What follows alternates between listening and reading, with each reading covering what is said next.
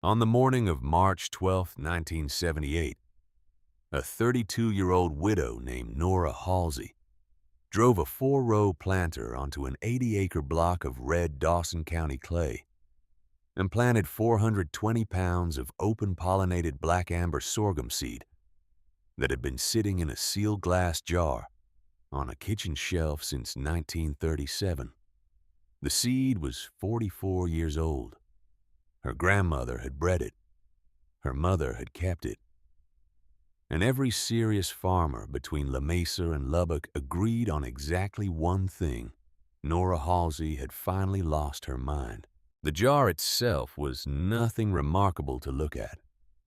It was a half-gallon mason jar with a zinc lid that had been sealed with a ring of paraffin wax applied by hand in February of 1937 by a woman named Vera Halsey, who had been 38 years old at the time and who had spent the previous 9 years at the Texas Agricultural and Mechanical College Experiment Station outside Lubbock, doing the most rigorous open-pollinated dryland sorghum breeding the southern Great Plains had ever produced. The paraffin had yellowed over the decades. The label on the glass, written in Vera's precise block hand with a grease pencil, had faded to the point where you had to hold the jar at an angle to the kitchen window light to read what it said. It said, "Black Amber, 1934 Foundation, V. Halsey. Do not open except for refreshment." Nora had not opened it except for refreshment. Neither had her mother, Clara, before her. The jar had sat on the second shelf of the kitchen pantry in the Halsey home place outside La Mesa for 41 years, through drought years and wet years, and the Korean War, and the death of Nora's grandfather, and the death of Nora's father, and the death of Nora's husband, Roy, in an October field in 1973, when his Massey Ferguson swather threw a header bearing, and the arm came down. The jar had outlasted all of them. The paraffin had held. The seed inside had continued in the darkness of the pantry shelf to be what it was. Nora had known about the jar her entire life. She had known about it the way farm children know about the things that occupy permanent positions in the household, the way a child knows which drawer holds the spare flashlight, batteries in which cabinet holds the good china that comes out twice a year. The jar was on the shelf. The jar had always been on the shelf.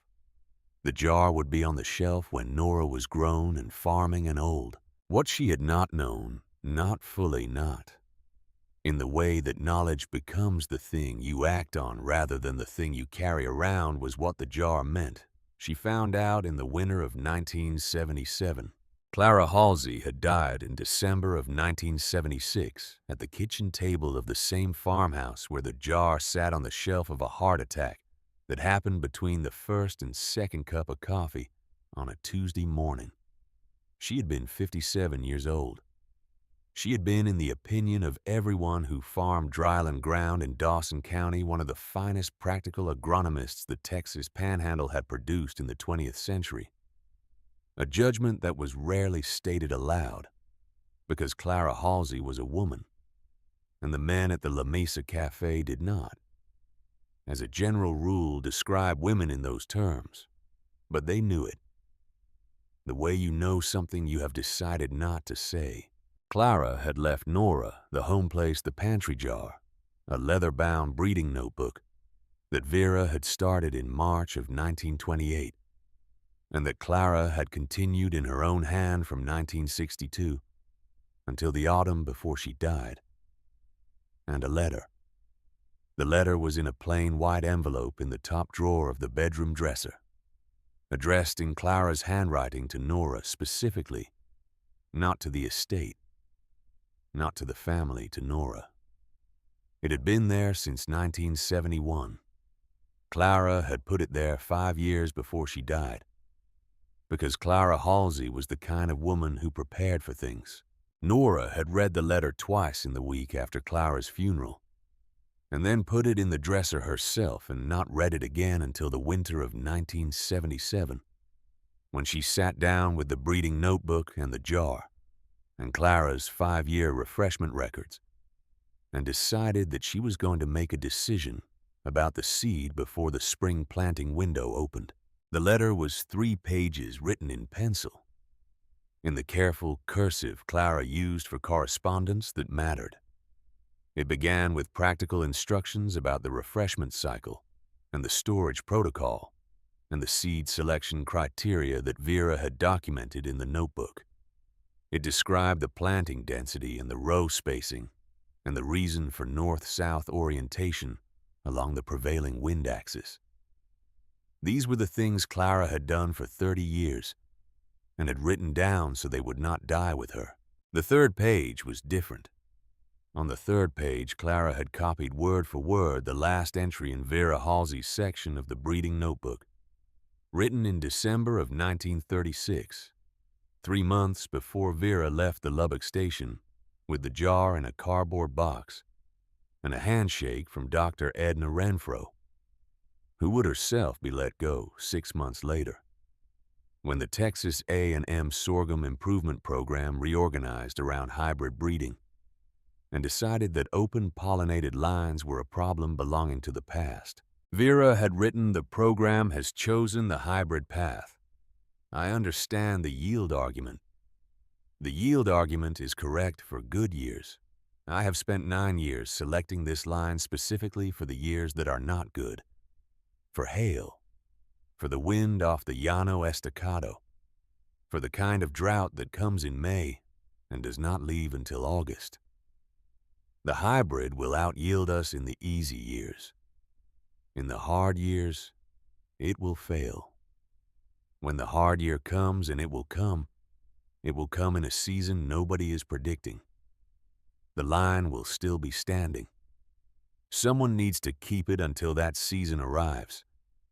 I am trusting that someone to be Clara. I am trusting Clara to find the next someone after her." Below that, in Clara's hand, was one additional line that had not come from the notebook. Clara had written it herself in the winter of 1971 when she had sealed the envelope and put it in the dresser. It said, "Nora, you are the next someone." Nora had sat with those pages for a long time in the January cold of the farmhouse kitchen. The jar was on the table in front of her because she had taken it from the pantry shelf for the first time in 6 years to look at it while she read. The label was faded. The paraffin was old. The glass was cloudy in the way that glass gets cloudy when it has been in one place for a very long time. She had set the letter down. She had picked up the jar.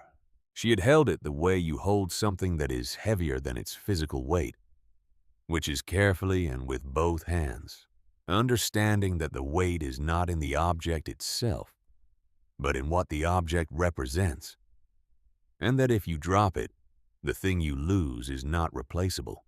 Vera Halsey had been dead for 15 years. Clara Halsey had been dead for a year. Roy Halsey had been dead for 4 years. The 80-acre home place block was Nora's to plant or not plant as she chose, and every choice had consequences. And the only guidance she had came from a leather notebook written between 1928 and 1976 by 2 women who had each spent their lives learning things that the agricultural establishment of the Texas Panhandle had decided it did not need to know. She had put the jar back on the shelf that January evening. She had taken the notebook to the kitchen table and read it from the first page to the last, all of it the entire 48 years of Vera's and Clara's combined record. She read the germination tables and the selection criteria, and the yield comparisons and the stem caliper measurements, and the drought response observations, and the hail damage assessments from 1929 and from 1932 and from 1947. She read Vera's notes on Mediterranean dryland tolerance and African stem strength, and the 6 consecutive growing seasons of Castro County clay selection that had produced the 1934 line. She read Clara's 30 years of refreshment records.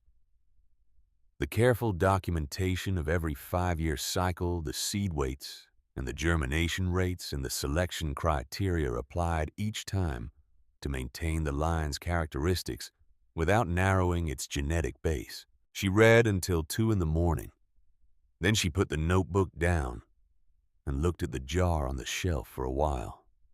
In January of 1978, she went to the county extension office in La Mesa and asked if they had any documentation on the viability of open-pollinated sorghum seed stored in sealed glass at ambient temperature for 40 or more years.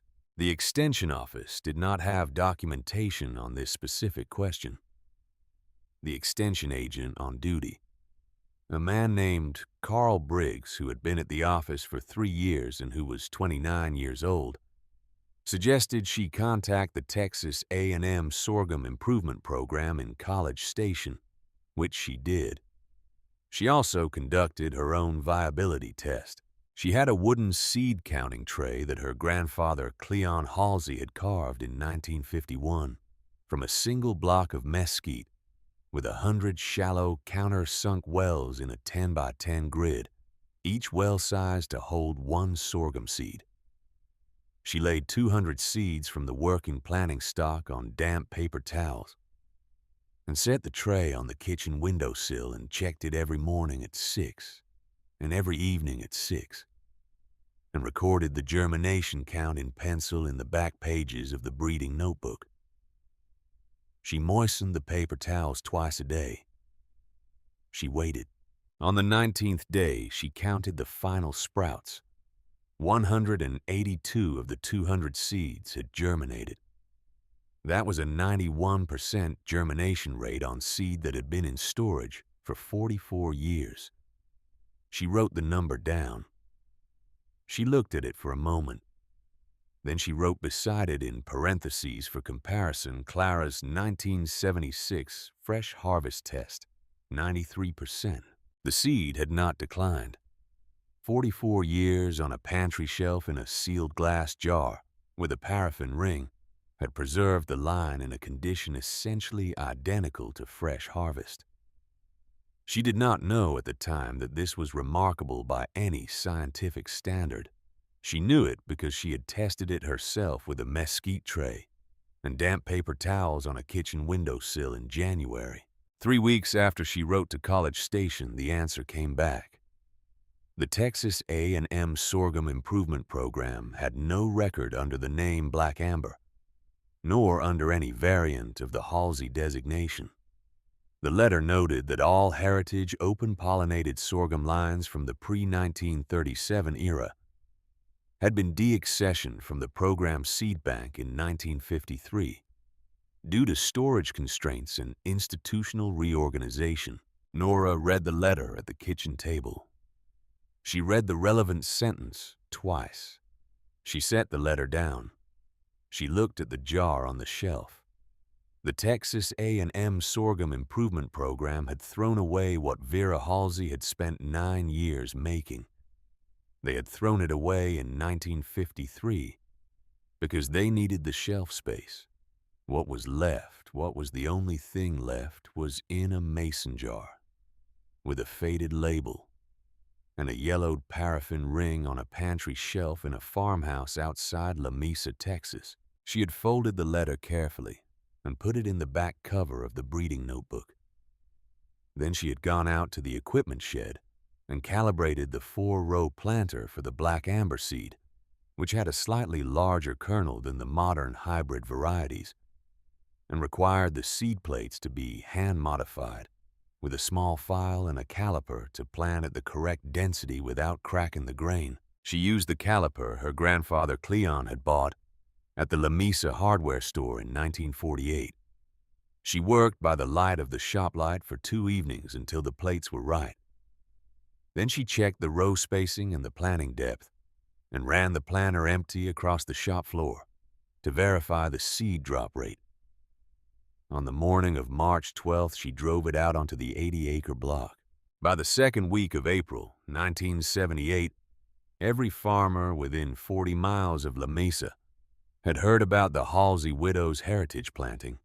The La Mesa Cafe sat on the main block of the county seat, and on Tuesday and Friday mornings the long counter filled with men in tall-crowned stockman's hats, drinking coffee and arguing about the matters that occupied the professional attention of dryland sorghum farmers in Dawson County in the spring of 1978, which included the price of anhydrous ammonia, the prospects for the winter wheat carry, and the question of whether the new Pioneer 8444 hybrid, released the previous autumn, was going to outperform the DeKalb DK52 on the heavier clay soils in the east part of the county.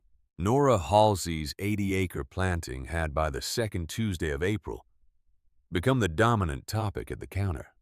Not because anyone thought it would work, because of the particular quality of entertainment that a confident prediction of failure provides to people who are secure in their own correctness.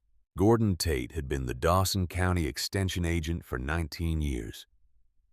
He was 61 years old and he wore the A&M field polo tucked into his Wrangler jeans, and he drove a white county pickup that was always clean because he washed it himself every Saturday morning, which was a habit he had maintained for 19 years, because he believed that the county vehicle represented the county's investment in agricultural education and should look like it.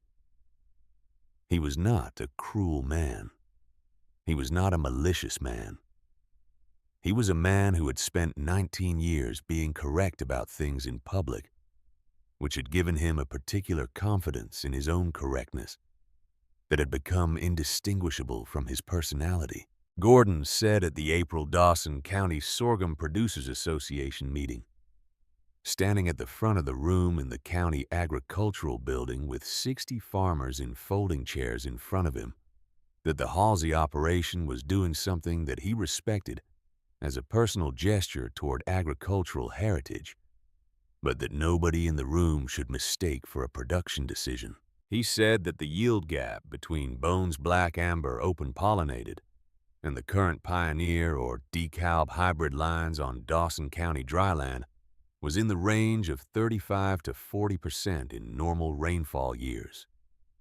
He said that at the autumn cash price of $4.10 per hundredweight, that yield gap on 80 acres represented a revenue difference of approximately $12,000 annually. He said that grief expressed itself in different ways, and that the agricultural community should be supportive of a widow who was working through a difficult period in the only way she knew how. He said this with the genuine sympathy of a man who believed every word of it. There was some laughter. Not the mean kind exactly, the kind that comes when a room full of people share a conclusion and find small comfort in sharing it together. Gordon said it again at the La Mesa Cafe counter on 2 consecutive Friday mornings. He said it in a lower voice at the counter of the Dawson County Farm Bureau office. He said a version of it to the loan officer at First National Bank of La Mesa, who had already said a version of it to Nora herself in April, pulling her aside after a routine deposit to ask in a careful, respectful voice whether she had considered the implications of a 35% yield reduction on her household budget across a multi-year horizon.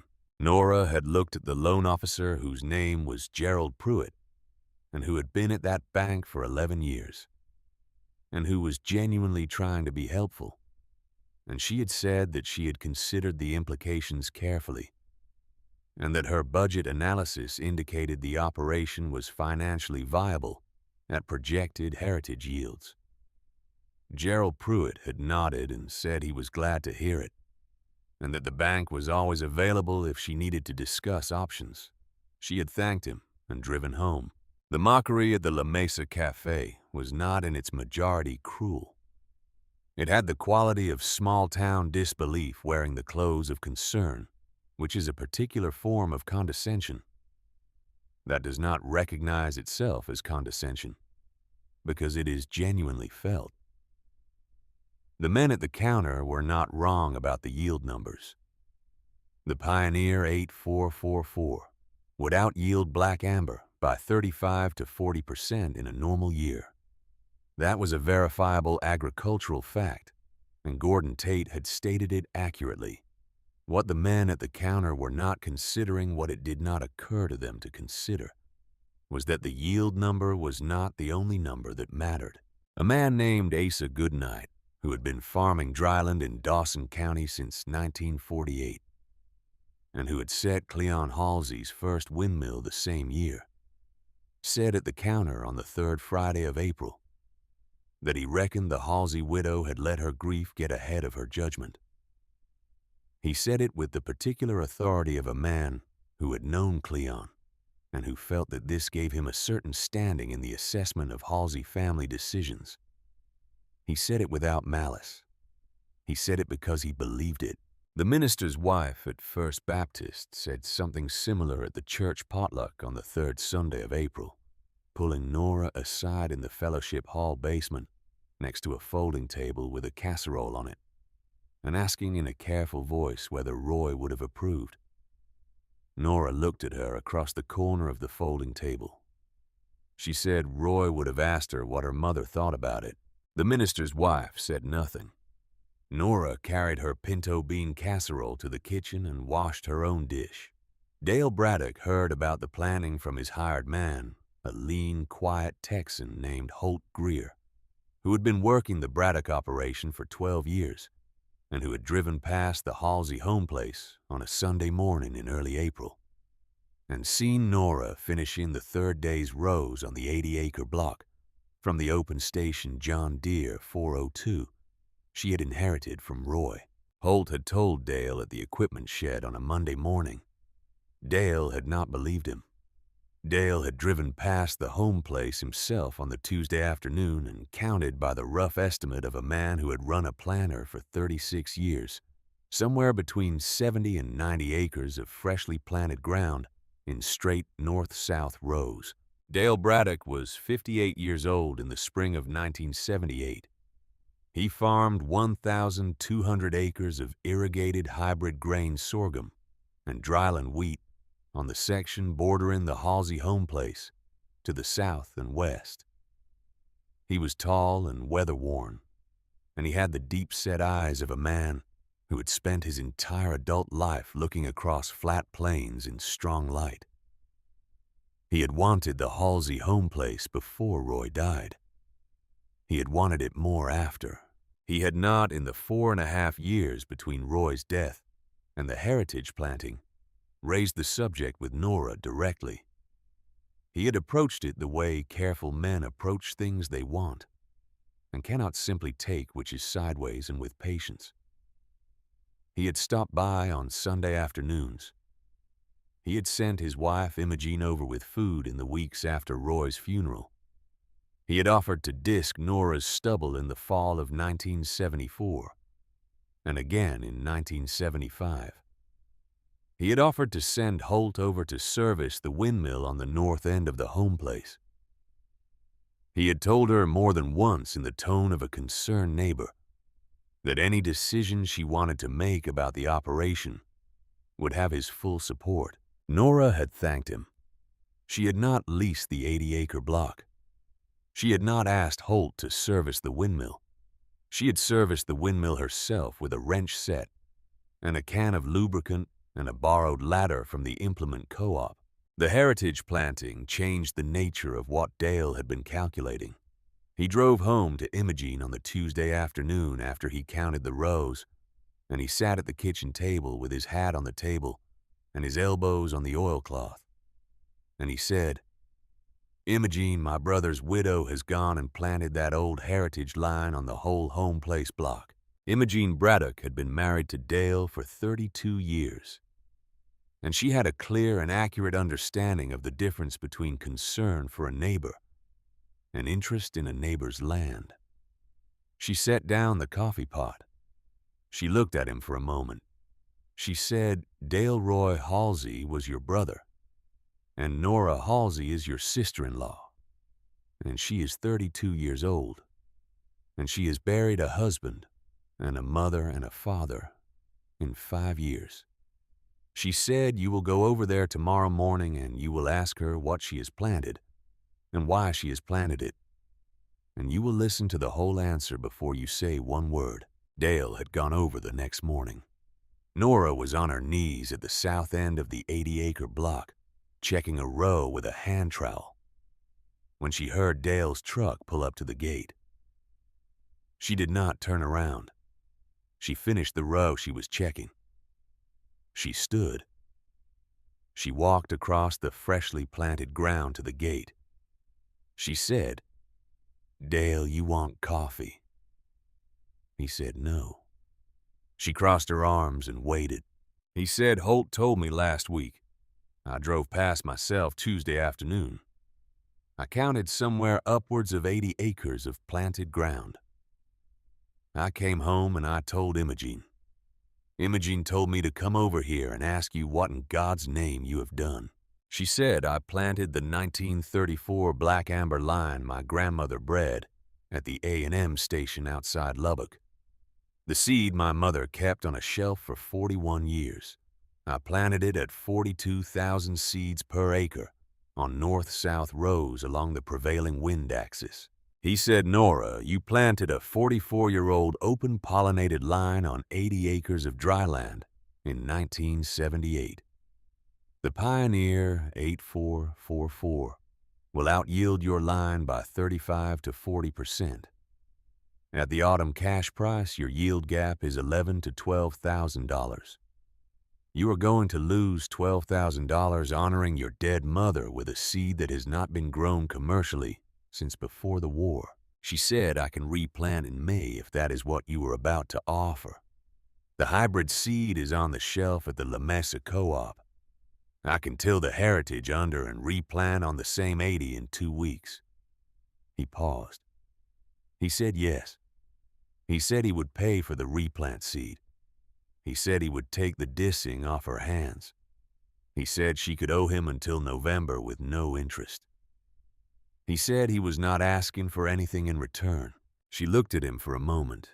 She said, Dale, my grandmother wrote in her notebook in December of 1936 that the hybrid will out-yield the heritage line in the good years. She wrote that in the bad years the hybrid will fail, and the heritage will still be standing. She wrote that someone needed to keep the line until the bad year came. He said, Nora, you cannot farm for one bad year in a decade. She said, I am not farming for one bad year. I am farming the line every year because it is the right line for this ground. My grandmother selected it for this ground specifically for the clay and the wind and the hail that comes off the Llano Estacado in May. The yield gap is real, and I have accounted for it in my budget. The line at 4,200 weight per acre at current cash prices pays the property taxes, the seed bill, the fertilizer, the diesel, and clears a small profit. The bad year when it comes is the bonus. I am not asking you to understand this. I am telling you what I am doing. Dale stood at the gate for a long moment. He looked past Nora at the 80-acre block of freshly planted ground in its straight north-south rows. He looked back at her. He said, Nora, I cannot help you, and I cannot stop you. He put his hat back on. He said, I will watch what happens. He drove home. When he got home, Imogene was in the kitchen. He sat down at the table. She said, well.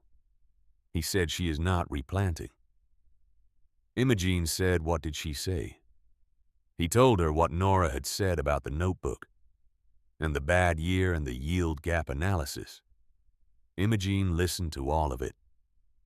Then she said, Dale Braddock, that woman just told you.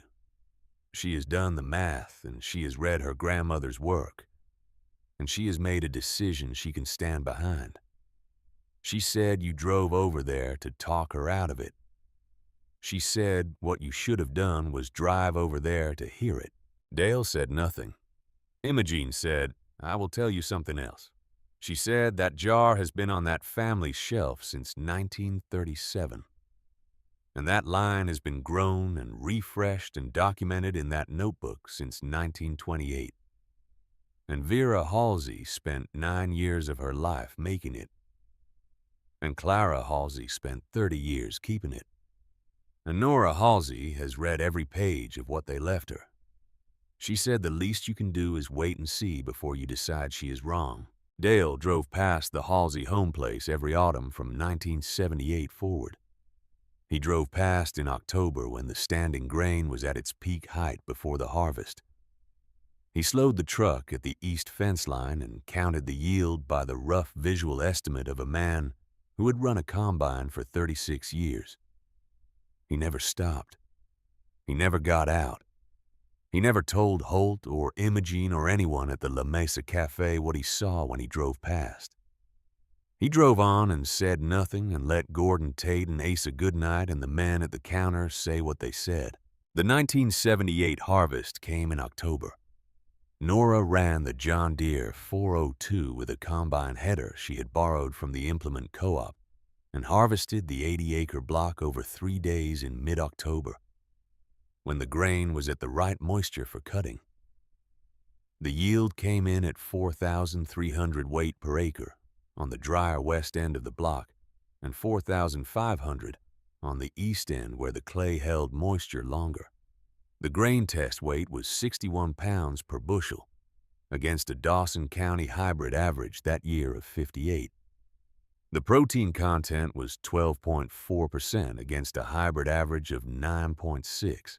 She sold the entire harvest to the Hereford Grain Cooperative at $4.10 per hundredweight. Total revenue was $51,000 on an 80-acre block.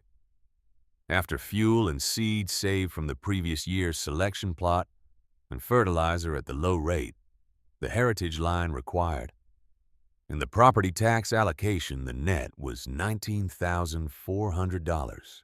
The Braddock operation in the same season on 1,200 acres of Pioneer 8444 netted $78,000. On a per-acre basis, the Braddock operation netted $65 per acre. On a per-acre basis, the Halsey operation netted $242 per acre.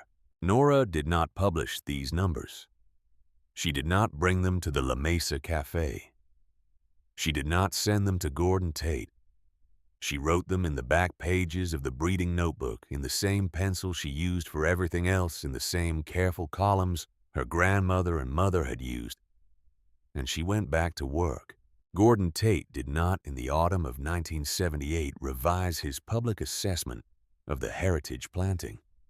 He attributed the per-acre net difference to lower input costs on a smaller block and said that one good season proved nothing about a multi-year production strategy. He said this at the November sorghum producers meeting. He said it at the La Mesa Cafe. He said it without any awareness that he might be wrong, because he was a man who had spent 19 years being correct about things in public, and the habit of that had made it difficult for him to hear the early sound of his own incorrectness. Asa Goodnight did not revise his assessment either. He said at the counter in November that Nora had gotten lucky on input costs and that the real test would come in a bad weather year. He was right about that last part. The years after 1978 were the years of deep work, not dramatic work. Not the kind of work that gets noticed or discussed. The kind of work that happens in the early mornings before anyone is watching and in the evenings after. The field work is done the kind that accumulates across seasons, the way the selection cycles in the breeding notebook had accumulated across decades, one careful entry at a time. Nora harvested the 80-acre block every October. She ran the 5-year refreshment cycle on a 5-acre selection plot on the north end of the home place, exactly as Clara and Vera had done before her. She kept the breeding records in the leather notebook. She added her own observations in the back pages in the same pencil columns. Soil temperature at planting, row emergence timing, stem caliper measurements at 30 days and at 60, leaf width, boot development, Grain fill timing. Hail damage assessment after the minor storm of June 1979 that had crossed the north end of the county and left dents in the grain truck hood without doing significant field damage. The minor storm of June 1979 had taken 12% off the county hybrid average and 3% off the Halsey block. She wrote that down too. She did not tell anyone. By 1980, the men at the La Mesa Cafe had stopped making the direct jokes about the heritage planting. Not because they had changed their minds, because Nora Halsey came to the La Mesa Cafe occasionally, and it had become uncomfortable to make the jokes in front of her. The mockery moved to the spaces she did not occupy. It became more specific. Focused now on the peculiarity of one woman farming 80 acres of pre-war sorghum genetics on the same ground. Her grandmother had selected them for the stubborn eccentricity of it. The refusal to modernize that the men at the counter had decided was the defining characteristic of the operation. The per-acre net numbers for 1979, 1980, and 1981 continued to run at 2 to 3 times the per-acre net of the hybrid operations in the county. Nobody at the counter discussed this. The numbers existed in the breeding notebook in the Halsey farmhouse kitchen, and nowhere else. In January of 1982, Nora sat at the kitchen table with the breeding notebook and a cup of coffee and wrote a letter. She had been reading over the previous 2 years the handful of academic journal articles that touched on heritage sorghum genetics. She subscribed to Crop Science and to the Texas Agricultural Experiment Station Bulletin. And she had read in the 1981 issue of Crop Science a paper by an associate professor at Texas A&M named Dr. Francis Whitmore, whose research program focused on heritage line genetic resources in dryland cereal crops. The paper was titled Recovering Pre-Hybrid Sorghum Genetics from Operator-Maintained Heritage Plots. Nora had read it twice. She had bought a reprint from the journal for $1.25. She wrote Dr. Whitmore a letter on a sheet of lined notebook paper in pencil. She described the black amber line. She described Vera's 9 years at the Lubbock station. She described Clara's 42-year refreshment cycle. She described the 1978 planting and the 4 years of yield and quality records. She described the germination viability test she had run in January of 1978 with her grandfather's mesquite counting tray. She mailed it on a Tuesday morning. She drove to town and dropped it in the box outside the post office and drove home and did not think about it again because she had work to do and the spring planting window was 2 months away. Dr. Francis Whitmore answered 3 weeks later. She said yes. She said she could come in the spring of 1982. She said she would need 4 days minimum. She said the germination data Nora had described was, if accurate, among the most remarkable long-term sorghum storage results in the literature outside of controlled atmosphere gene banks. She arrived at the Halsey Gate on the morning of April 14, 1982, in a maroon Plymouth with 2 graduate student assistants in the back seat. She was 44 years old, and she wore a canvas field jacket and carried a yellow legal pad and measuring instruments in a canvas bag. And she introduced herself to Nora at the gate in the way of a scientist who had learned that the most important thing you could do on the first day of a farm visit was say as little as possible and look at as much as possible. She asked to walk the 80-acre block on foot before they did anything else. Nora walked her out. The April light was long and copper across the emerging seedlings. Dr. Whitmore stopped at the 3rd row. She crouched down. She took a small ruler from her canvas bag and measured a seedling. She looked at it for a long moment without speaking.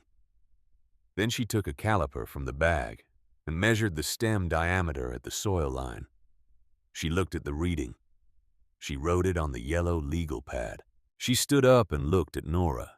She said, "Mrs. Halsey, the seedling vigor on this stand is 40% above the Pioneer 8444 reference plot at College Station. The coloptile emergence is uniform across the full block. The stem caliper at the soil line is 23% above the hybrid reference." She paused. She said, "I have not seen anything like this in 12 years of dryland sorghum research. I am here for 4 days. May I have 6?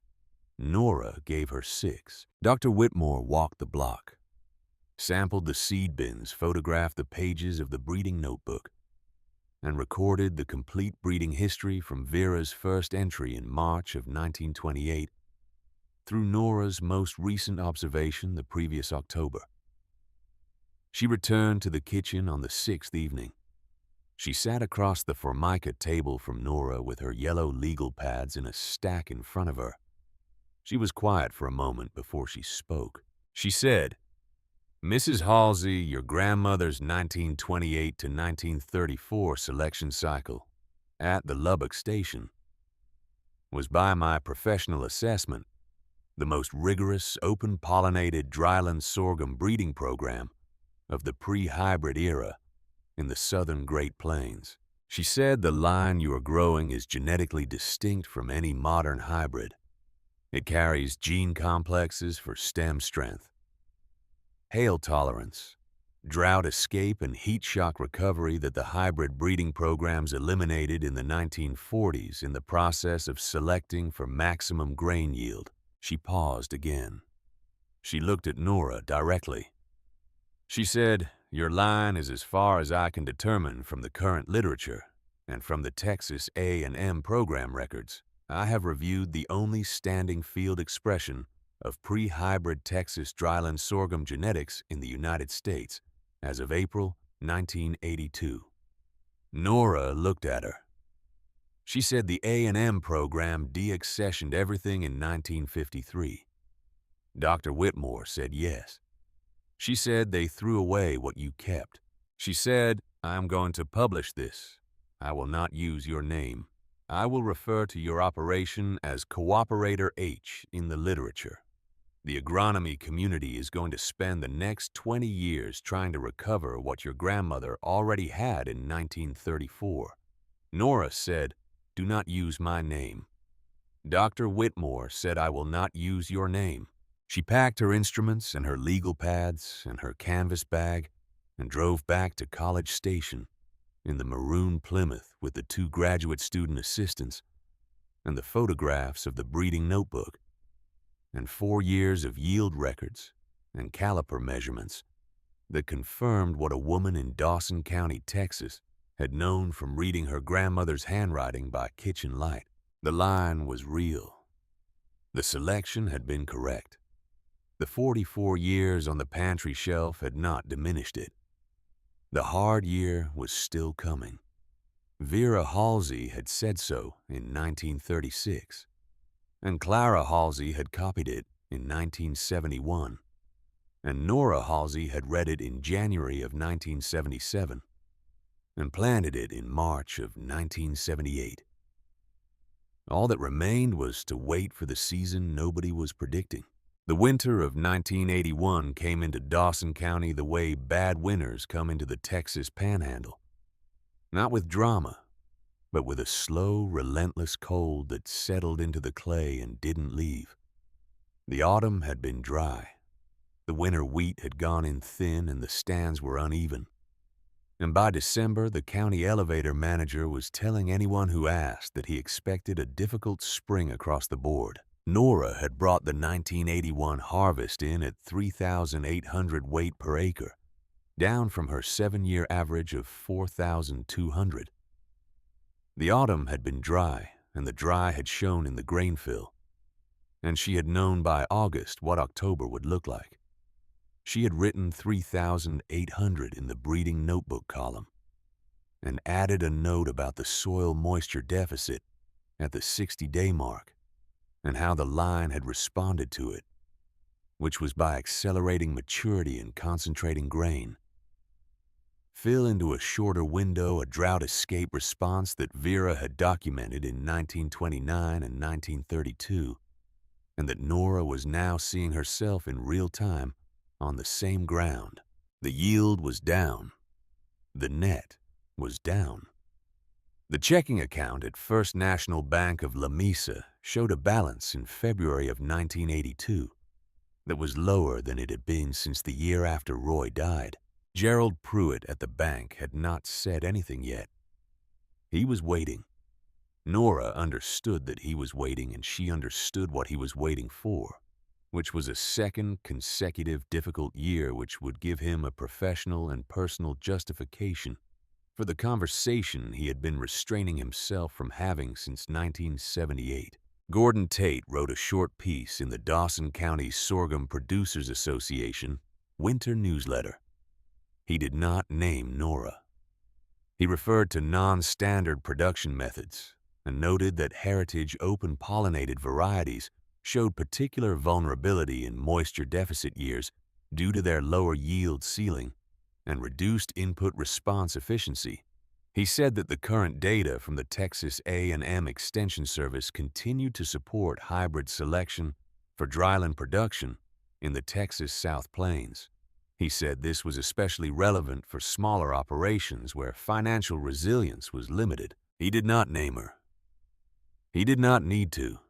Every farmer in Dawson County who read the newsletter knew which operation he meant.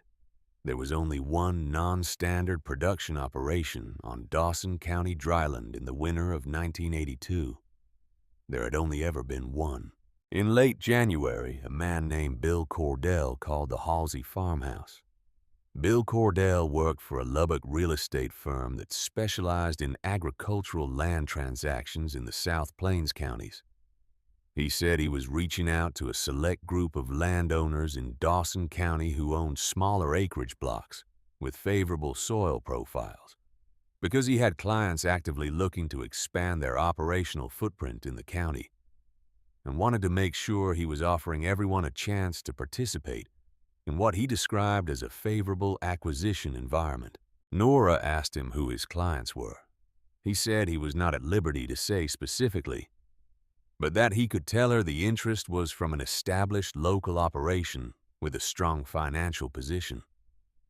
She said, "Thank you for the call," and hung up. She stood at the kitchen counter for a moment after she hung up. She knew who the established local operation was. She had known before she asked. She looked at the jar on the pantry shelf.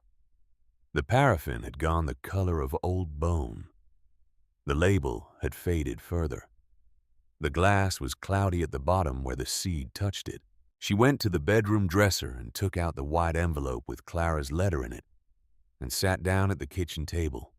She read the third page again, the page with Vera's 1936 notebook entry copied in Clara's hand. She read the last line, "You are the next someone." She put the letter back in the envelope. She put the envelope back in the dresser. She went to the pantry and took down the jar and carried it to the kitchen table and set it in front of her. She sat with it for the long time. The checking account balance was what it was. The 1982 planting window was 11 weeks away. The seed in the jar was the only surviving stock of its genetics in the United States, and possibly in the world, because Dr. Whitmore had confirmed that the A&M program had nothing, and the National Gene Bank had nothing, and the literature contained no record of another operator-maintained black amber plot anywhere in the country. If she sold the land, she would need to sell the seed with it or store it somewhere else, and if she stored it somewhere else, she would no longer be running the refreshment cycle. And if she stopped running the refreshment cycle, the line would degrade over time, because that was what open-pollinated lines did without active selection pressure. They drifted the characteristics Vera had spent 9 years fixing into. The genetics slowly dissolved back into variability. If she sold the land, the line would survive for perhaps another generation, and then it would not. She sat with the jar in front of her and looked at it, and thought about Roy, and thought about Clara, and thought about Vera, walking out of the Lubbock station in February of 1937, with a cardboard box and a handshake and a jar of foundation seed that nobody else had wanted to keep. Then she picked up the phone and called Bill Cordell back. She said she was not interested in any acquisition conversations at the present time, or at any foreseeable future time, and that if the established local operation he represented wanted to have a direct conversation about land use in Dawson County, they were welcome to knock on her door themselves. Bill Cordell said he understood and thanked her for her time. Nora put the jar back on the pantry shelf.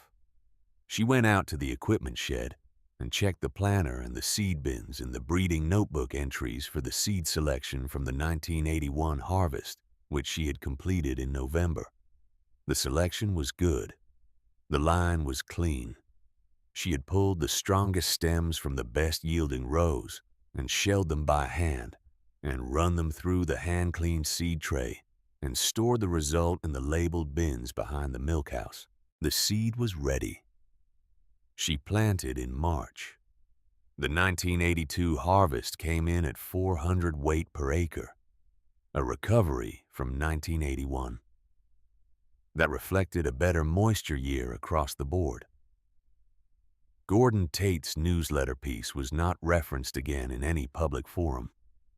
The men at the La Mesa Cafe moved on to other topics.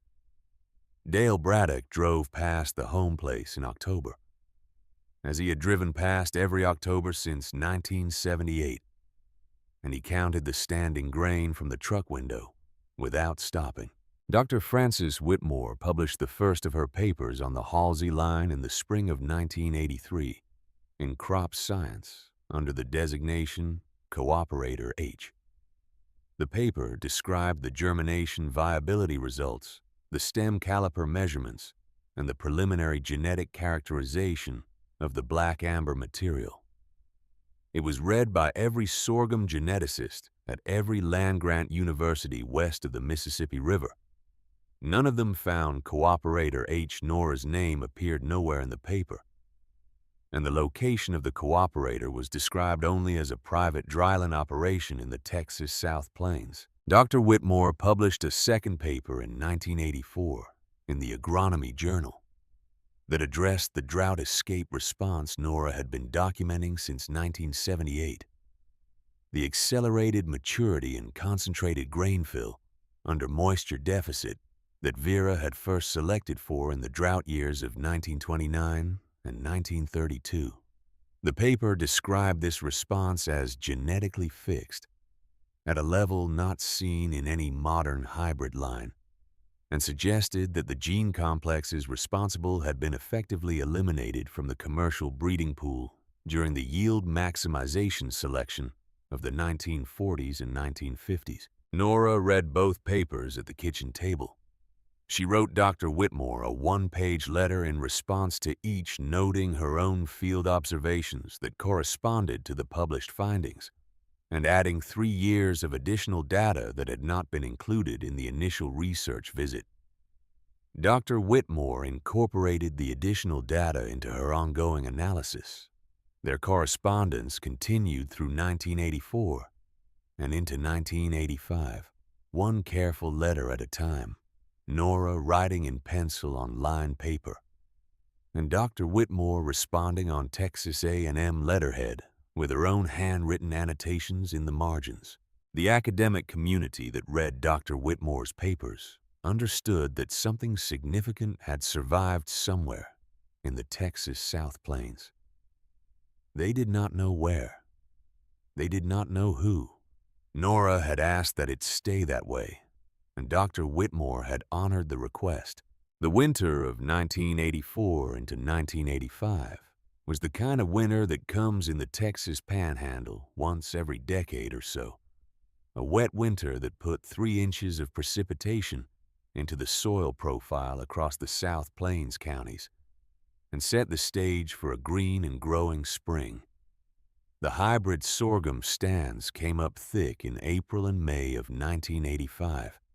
The Pioneer 8444 and the DeKalb DK52 and the new Northrop King NK265 that the seed dealers had been promoting heavily since the previous autumn.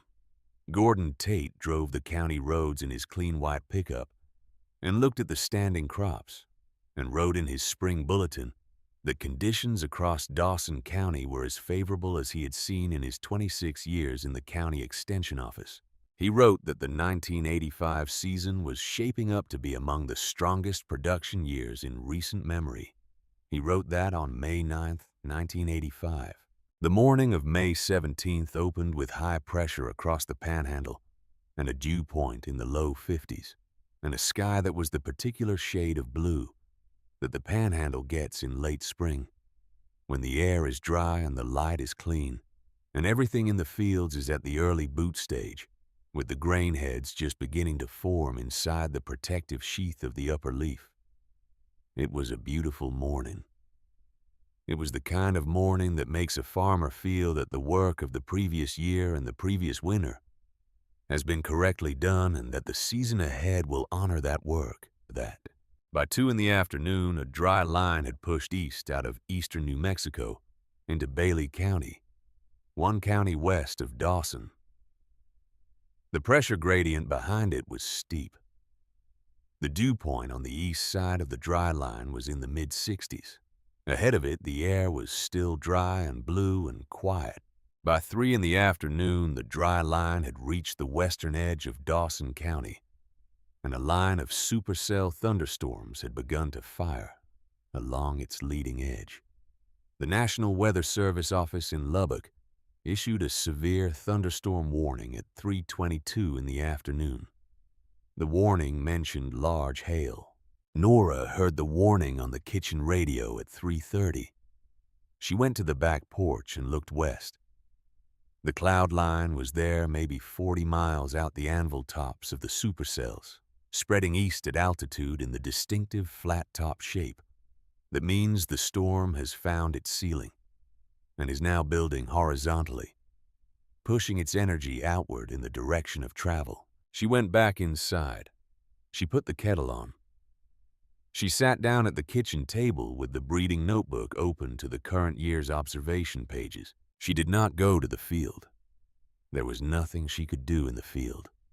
What was in the field was either going to hold or it was not going to hold, and her presence in the field would not change which of those things happened.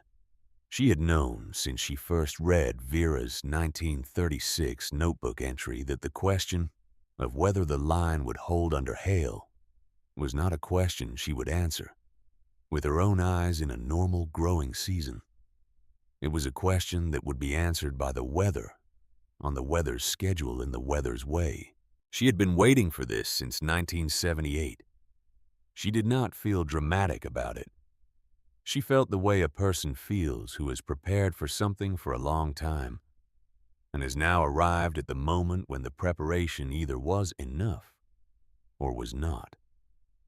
Calm and specific and very focused on the sound of the sky.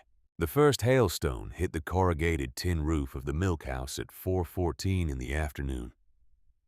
It was a single stone one impact, and then a 2-second silence, and then another. And then by 4:15 the roof of the milk house and the roof of the equipment shed and the roof of the chicken house and the hood of the grain truck were under a continuous barrage of hailstones that the National Weather Service in Lubbock would later record as golf ball size 1.75 inches in diameter on average, falling at an average rate of 340 stones per square yard per minute over a 14-minute peak intensity period. The kitchen window on the west side of the house blew in at 4:21. The glass came in with the wind and the hail, and Nora was already moving. She pulled the oilcloth tarp off the back porch hook and crossed the kitchen, and hand stapled it across the broken frame in 3 minutes and 40 seconds. She had practiced this in her mind since the June 1979 storm. Not literally, not with an actual tarp, but in the way that a person who has spent their life on the plains practices the contingencies of the plains by thinking through them clearly enough that when they happen, the body already knows what to do. She did not look out at the 80-acre block while the hail was still falling. She went back to the kitchen table. She sat down. The coffee she had made at 3:45 had gone cold. She drank it anyway. The noise on the roofs was continuous and very loud, the sound of several hundred pounds of ice per minute hitting tin and wood and sheet metal. The particular roar of a serious hail event on a working farm that anyone who has heard it once does not forget. She thought about Vera standing at the Lubbock station in the spring of 1929, watching the first hail event she had documented measuring the stem damage on the early selection plots. The morning after writing in the notebook that the Mediterranean lines showed 68% stem breakage, and the native African crosses showed 31%, and the combination lines she had been developing for 3 years showed 14%. She thought about Vera understanding in that spring of 1929 that she had found something worth keeping, and spending the next 5 years fixing it into a stable line that she named for her infant daughter. She thought about Clara running the 1947 refreshment cycle in the summer that a hailstorm had crossed the north end of the home place in June and left the 5-acre selection plot bruised but standing while the hybrid plots on the neighboring sections were on the ground. She thought about whether the 1985 storm was the season nobody had predicted. The barrage on the roof slowed at 4:28 and stopped at 4:33. The silence that followed it was the particular silence of after when the storm is past and the damage is finished, and the question of how much has shifted from speculation to fact. Nora sat at the kitchen table for 7 minutes after the last stone hit the roof. Then she put on her boots and her canvas jacket and walked out the back door. The hailstones were still on the ground, some of them whole, most of them fractured by impact, lying in a white layer across the gravel of the farmyard and the packed dirt of the equipment shed lot. She walked through them to the gate of the 80-acre block. She stood at the gate. The canopy of the black amber sorghum was bent. Every stalk in the block was bent in the direction of the storm's track leaning east, at angles ranging from 20 to 40 degrees from vertical. The leaves were torn, not destroyed. Torn, the large, leathery blades showing the marks of the hail impact in patterns of bruising and small punctures that would be visible at close range, but that from the gate gave the block the appearance of a field that had survived something. The panicles at the top of every stalk were still attached, still enclosed in the boot, still protected by the tight sheath of the upper leaf that Vera had selected for her specifically in 1930 and 1931, because she had understood that the boot was where the grain lived, and the boot was what the hail tried hardest to destroy. The stalks were bent. They were not broken. Nora stood at the gate for a long time.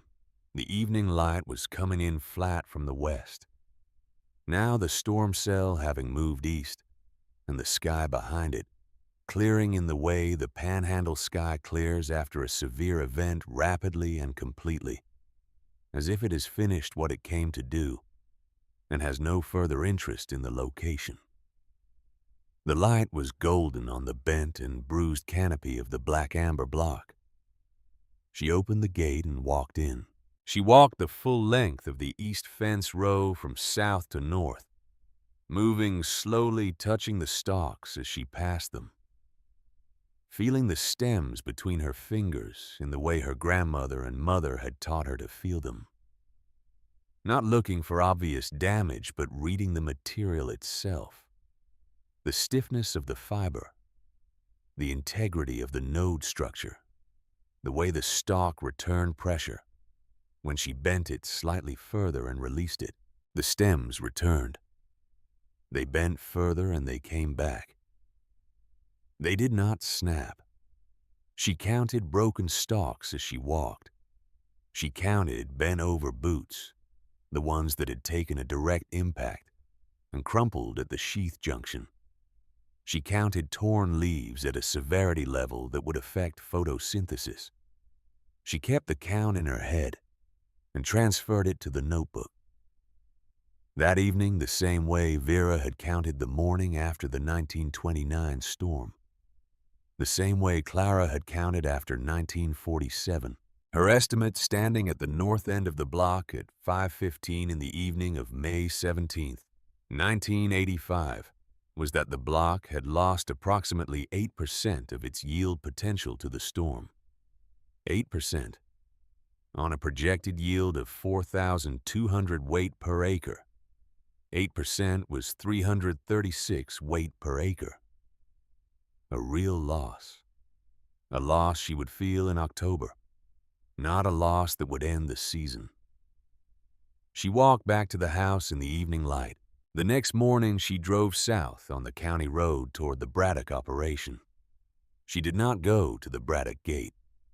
She went to the county road that ran along the east edge of the Braddock section, and she stopped the truck and got out and stood at the fence line and looked at what the storm had done to 1,200 acres of Pioneer 8444 hybrid grain sorghum that had been at the early boot stage the previous afternoon. The Pioneer 8444 was on the ground, not bent, not bruised. On the ground. The stalks, which had been bred for maximum grain yield, and which had the slender, efficient culm architecture that maximum grain yield selection produces, had snapped at the lower nodes under the impact of 1.75-inch hail at 340 stones per square yard per minute. The boot stage crop with its tender forming heads fully exposed because the hybrid sheath was thinner and shorter than the black amber sheath, had taken the impact directly on the developing panicle. 94% of the standing crop in the field in front of her was on the ground, or in a condition that would not produce a harvestable yield. She stood at the fence line for a while without moving, not with satisfaction, not with the feeling of having been proved right, with something that was more complicated than either of those things, something that had the texture of grief in it, alongside the confirmation. Because what was on the ground in front of her was a year's work by a family she had known her entire life. And because she understood better than most people what it felt like to stand at a fence line and reckon with a loss that you had not seen coming on the morning it arrived. Dale Braddock's operation was not the only one. She drove north on the county road and then west on the highway, and what she saw in every direction on the Dawson County dryland was the same. The hybrid grain sorghum was on the ground from one end of the storm track to the other. The National Weather Service track ran 50 miles wide from Bailey County through Dawson County through Lynn County, and the hybrid crop losses across that track, when the Texas A&M Extension Service compiled the damage assessment for the Federal Disaster Declaration, paperwork filed on May 20th were estimated at a total of $112 million across 4 counties. Nora drove home. She went to the 80-acre block and walked it again in the morning light, making the detailed count she would transfer to the breeding notebook. She counted every broken stalk. She counted every compromised boot. She measured the lean angle on 20 representative stalks with a handmade protractor she had built from a piece of cardboard and a nail and a length of thread weighted with a bolt. The same method Vera had described in the 1929 notebook entry. She wrote the numbers down. 8% yield loss estimate. Confirmed. Stem breakage rate 6.3% of stand. Boot integrity 91.4%. Of panicles intact within sheath. Leaf damage severity moderate. Expected recovery rate based on 1947 data. Full canopy function by 30 days post-storm. She closed the notebook. She made coffee. She sat at the kitchen table. Gordon Tate drove the county roads that morning in his clean white pickup. He had driven them early before most people were in their fields, which was something he did after weather events because he believed that the county extension agent should have a preliminary assessment of storm damage before farmers came to him with questions. He had driven the Braddock section road and the other county roads in the storm track, and he had seen what the Pioneer 8444 and the DeKalb DK52 and the Northrop King in K265 looked like on the morning of May 18, 1985. He had turned onto the county road that ran past the Halsey home place on his way back to the extension office. He had slowed the truck when the Halsey 80-acre block came into view on the east side of the road. He had looked at it for a long time through the windshield. The black amber sorghum was bent. It was bruised. The leaves showed hail damage, and the stalks were vertical. Not all of them. Most of them.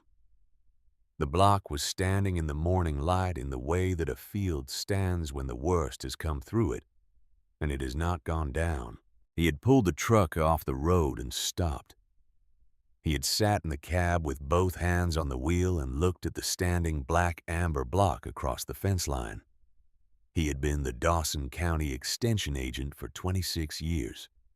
He had a spring bulletin in his filing cabinet in which he had 8 days earlier written that the 1985 season was shaping up to be among the strongest production years in recent memory.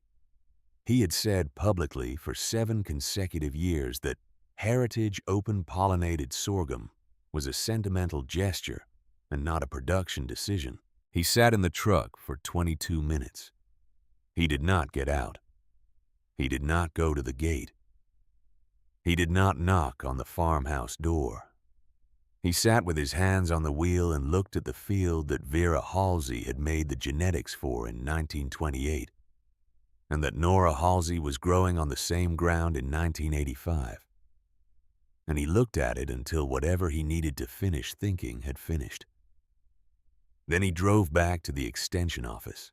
Cole Braddock, who was 26 years old in May of 1985, and who was in the process of taking over the day-to-day operations of the Braddock farm from his father, was driving the county road at approximately 9 that morning on his way to the co-op for repair parts.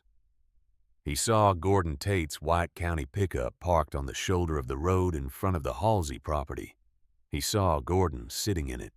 He drove past, slowly looked in his mirror, and saw that Gordon was still sitting there when Cole was a quarter mile down the road. Cole remembered this. He did not say anything about it to his father or to anyone at the La Mesa Cafe. He filed it in the category of things he had observed and not yet understood. By the end of the 3rd week of May 1985, every farmer in Dawson County knew about the Halsey block. Not from Nora. Nora had not told anyone. The story had moved the way stories move in agricultural counties, which is person to person at the co-op and the cafe and the elevator and the implement dealer. Each person who had driven past the Halsey property on the morning of May 18th, telling the next person what they had seen, which was a standing crop in the middle of a storm track that had put everything else on the ground. By the end of June, the Texas Panhandle Agricultural Press had picked it up. The Lubbock Avalanche Journal ran a piece on June 28th about heritage sorghum survival rates in the storm track. The piece did not name Nora. The piece referred to a single Dawson County operator who had maintained an open-pollinated heritage stand that had survived the May 17th event with less than 10% yield loss, while surrounding hybrid operations reported losses of 85 to 100%. The piece quoted Gordon Tate, who said that the results were agronomically interesting and warranted further study, and that he intended to review the County Extension Service's recommendations regarding variety diversification. He said it in the careful language of a man who is beginning to revise a public position and is doing it in the smallest increments the situation will allow. Dr. Frances Whitmore called Nora on July 3rd. She said she had seen the press coverage. She said she knew the Dawson County operator referred to in the reports was Nora. She said she wanted Nora's permission to publish a follow-up paper on the May 17th event and the storm survival data. Nora said she could use the data. She said, "Do not use my name." Dr. Whitmore said, "I know. I will refer to Cooperator H as before." She said there is something else. She said the storm survival results combined with the genetic characterization from the 1982 and 1984 papers had been seen by a researcher at the United States Department of Agriculture, Plant Genetics Resources Unit in Geneva, New York. The researcher had contacted her in June. He wanted to know if there was any possibility of establishing a formal conservation accession for the black amber line in the National Plant Germplasm System. He wanted to know if the cooperator would consent to providing a foundation seed sample for long-term conservation storage. Nora was quiet for a moment. She said who would have access to it. Dr. Whitmore said it would be conserved as a formally documented genetic resource. Access would be through standard USDA channels available to research programs, but not to commercial seed operations without consent from the original custodian. Nora said, "Let me think about it." She thought about it for 2 weeks.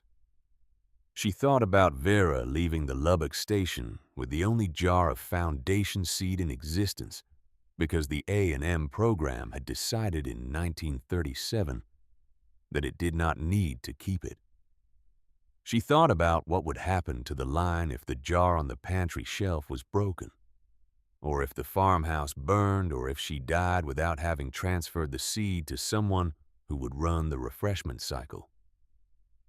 She thought about what her grandmother would have wanted, which was not for the line to be controlled or owned or turned into something commercial, but for it to survive. She called Dr. Whitmore back on July 17th and said yes. The 1985 harvest came in on the 15th of October. Nora ran the 402 with the combine header across the 80-acre block over 3 days, and the yield came in at 3,920 weight per acre, 280 weight below her 7-year average, 8% below projected, exactly as she had estimated. Standing at the north end of the block on the evening of May 17th, the grain test weight was 61 pounds per bushel.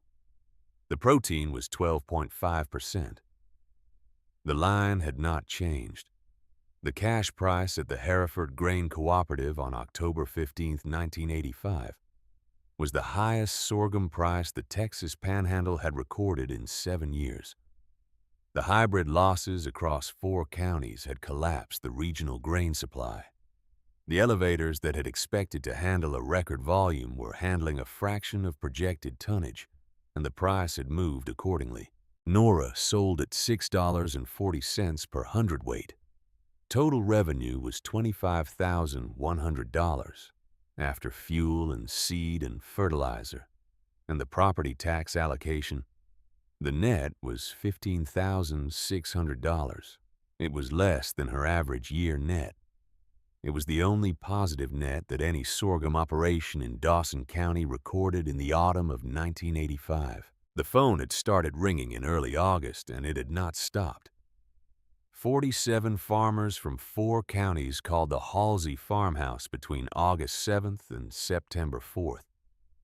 They called because they had lost their seed stock in the May event, and because they were looking at a 1986 replant on their entire operational acreage, and because the hybrid seed for 1986 would have to be bought new from Pioneer and DeKalb at retail prices that had climbed 38% on the regional shortage. Or they could buy heritage seed from the only standing source within 500 miles. Nora sat at the kitchen table on the evening of September 4th with the breeding notebook and a pencil, and wrote down what she could supply. 7,000 pounds of cleaned heritage seed in reserve from the 1985 harvest, and the accumulated working stock from the previous 2 years. 7,000 pounds was enough seed to plant approximately 5,800 acres at standard density. She decided she would sell to a maximum of 48 farms, at a maximum of 150 pounds per farm, on a first-come, first-served basis from the existing call list. Total potential revenue at 68 cents per pound across 48 maximum orders was $48,960. She also decided that every seed sale would include a one-time consultation visit from her to set up the planter and walk the seedling stand at 3 weeks. She typed the consultation protocol herself on Clara's 1932 Royal Quiet Deluxe portable typewriter. 14 pages, the same protocol Vera had documented in the breeding notebook translated into language that a farmer who had never grown heritage sorghum would understand without difficulty. Planting density, row spacing, planting depth, seed plate modification instructions with caliper measurements, moisture management at germination, the 5-year refreshment cycle, the selection criteria for maintaining line characteristics. The 14th page was a note in Nora's own handwriting. It said, "Do not crossbreed with hybrids. Do not buy seed from any commercial supplier to mix with this stock. Do not skip the refreshment cycle. The line was selected for the bad years. The bad years will come again. Keep the line until they do." The first seed shipment left the Halsey home place in the early morning of March 3, 1986, in burlap bags loaded into the bed of the C30 grain truck that Roy had bought in 1973, and that Nora had kept running with the same combination of routine maintenance and stubborn mechanical attention. She applied to everything on the operation. She was in the truck at 4:30 every morning. She arrived at every gate at first light. She walked every planter setup with the operator. She corrected the row spacing on 3 operations where the planter had been set for hybrid density. She corrected the planting depth on 4 operations where the farmer had been planting too deep out of hybrid habit. She refused to charge for the corrections. She drove home at dusk and slept in her own bed and started again at 4:30 the next morning. By the middle of April, she had visited 29 of the 46 farms that had signed seed contracts. She had driven 680 miles in 6 weeks. She had not sent an invoice for any of the consultation visits that had run over the contracted 1 visit per farm, because she had decided that if she was going to teach people to grow the line correctly, she was going to teach them correctly and worry about the accounting later. On the morning of April 22nd, she came back from a consultation visit at a 140-acre operation in Garza County, 2 counties east, and found a note tucked into the doorframe of the farmhouse. The note was on a piece of paper torn from a spiral notebook, and it said, "Came by to talk. Will come back." It was signed C. Braddock. She looked at the note for a moment. She knew which Braddock it was. Dale was 65 years old in the spring of 1986 and was not the kind of man who left notes. Cole was 27 and was the kind of man who did things his father had not yet decided to do. She put the note on the kitchen table and went to make coffee and thought about what it meant that a Braddock had come to her gate and not found her home. Cole Braddock came back on the morning of April 24, 1986. Nora heard the truck on the county road before she saw it. The particular sound of a well-maintained Ford F-15, slowing at the gate, the crunch of gravel as it pulled off the road and stopped. She was at the equipment shed doing the morning check on the 402 before she drove out to the Lubbock County consultation visit she had scheduled for that day. And she straightened up from the engine compartment and wiped her hands on the shop rag and walked to the shed door. Cole Braddock was 27 years old in the spring of 1986. He had his father's height and his father's weathered look, but not yet his father's settled certainty about things, which was the look of a man who had spent 40 years making up his mind and no longer found it necessary to revisit the conclusions. Cole still had the look of a man who was paying attention, which is a different thing and which is more useful in most of the situations that matter. He was standing at the gate with his hat in his hands. She walked over. She unlatched the gate but did not open it fully. She said, "Cole, you want coffee?" He said, "No, thank you." He said, "I came to ask if you would sell the Braddock Operation heritage seed for the 1986 replant." She said, "How much ground?" He said, "We have lost 94% of the standing crop across the full 1,200 acres. We are looking at a complete replant. We need to decide in the next 2 weeks because the planting window closes in May. And if we miss it, we are looking at sorghum Sudan cover crop for the summer.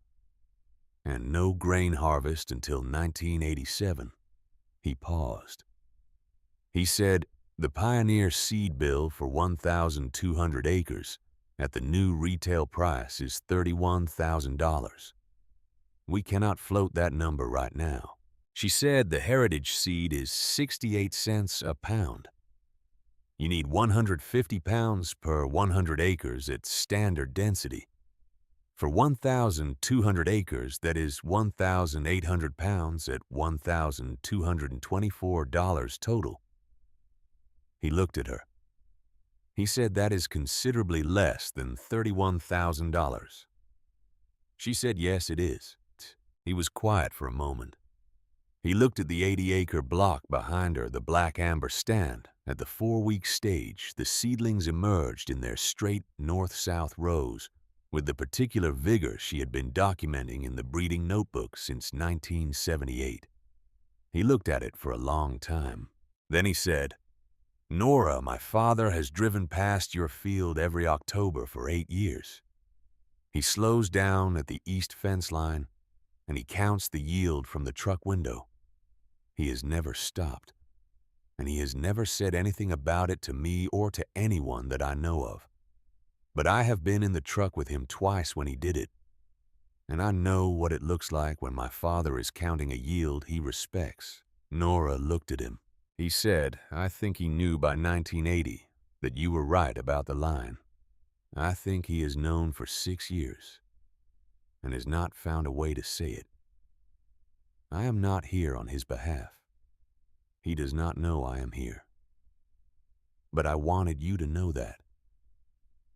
He said it the way a young man says a true thing, that he has been carrying for a while and has decided to put down simply and without theater, because the truth does not require theater. Nora was quiet for a moment. She opened the gate the rest of the way. She said, "Come to the shed and we will work out the seed order." They spent 40 minutes at the workbench in the equipment shed, going through the planning protocol. Nora pulled the type consultation document and went through it page by page. She showed Cole the seed plate modification on the 4-row planter, running her finger along the caliper measurements, explaining why the black amber kernel was larger than hybrid, and why the modification mattered for achieving the correct density without cracking the grain. She showed him the row spacing recommendation, and the planting depth and the germination moisture management notes that Vera had first written in 1934, and that Nora had updated with her own observations from 1978 through 1985. Cole took notes. He asked careful questions. When he did not understand something, he said so, and she explained it again from a different angle. He had his father's practical intelligence and his mother, Imogene's, willingness to admit what he did not know. Which was the more valuable of the two in a learning situation? At the end of 40 minutes, he had a complete understanding of the planting protocol and a seed order for 1,800 pounds at $1,224 to be delivered from the Halsey seed bins in the first week of May. He said, "Nora, the consultation visit that comes with the seed order." She said, "1 visit planner setup and 3 weeks seedling walk." He said, "Would you be willing to do 2 visits?" He said, "My father is going to want to walk the stand himself, and I would like him to hear the protocol from you directly." She said, "1 visit at the contracted rate and 1 additional visit at $60 an hour." Cole said, "That is fair." He shook her hand at the gate. He drove back down the county road. Nora went back to the equipment shed and looked at the 402 for a moment, and then went to the kitchen and stood at the counter and thought about Dale Braddock slowing his truck at the east fence line every October for 8 years and counting her yield from the window without stopping. She thought about what that cost a man like Dale, the kind of man who had been publicly and repeatedly wrong about something he had been publicly and repeatedly confident about, to drive past the evidence of his error every year for 8 years and carry it alone. She understood it. Not easily, but she understood it. The seed shipment went to the Braddock operation in the first week of May as agreed. Cole ran the planter himself on the first day, and Nora came out for the setup walk and found the plates had been modified correctly from the instructions, and the row spacing was set right, and the planting depth was where she had specified. She walked 3 rows with Cole and checked the seed drop and said it was correct and drove home. The 3-week seedling walk on the Braddock operation was on a Wednesday morning in late May. She drove over at first light. Cole met her at the gate. They walked the stand together for 2 hours, moving through the rows in the early morning light. Nora crouching at intervals to measure seedling vigor, with the small ruler she carried in her jacket pocket, calling out observations that Cole wrote in a field notebook. The stand was uniform. The emergence was clean. The stem caliper at 3 weeks was coming in at the standard black amber specification 22 to 24%, above hybrid reference at the same stage. Nora wrote the measurements in her own notebook, and Cole wrote them in his. Dale Braddock came out at 9 o'clock. He walked down from the equipment shed with his hat on and his hands in his jacket pockets, and he stopped at the edge of the rows where Nora and Cole were standing. He looked at the seedling stand.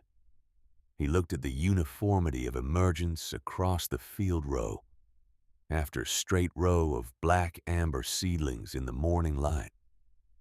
He looked at it for a while without speaking. Then he looked at Nora. He said, "It looks like a good stand." She said, "It is a good stand." She said, "The emergence is uniform, and the vigor is above reference spec." She said, "If you manage the moisture at the 30-day mark, the way the protocol specifies, and run the nitrogen at the heritage rate rather than the hybrid rate, you will come in between 4,200 and 4,500 weight at the hybrid price the regional shortage has established." She said, "You will net more per acre on this stand than you have netted on hybrid in any year I can document." He said, "I know." She looked at him.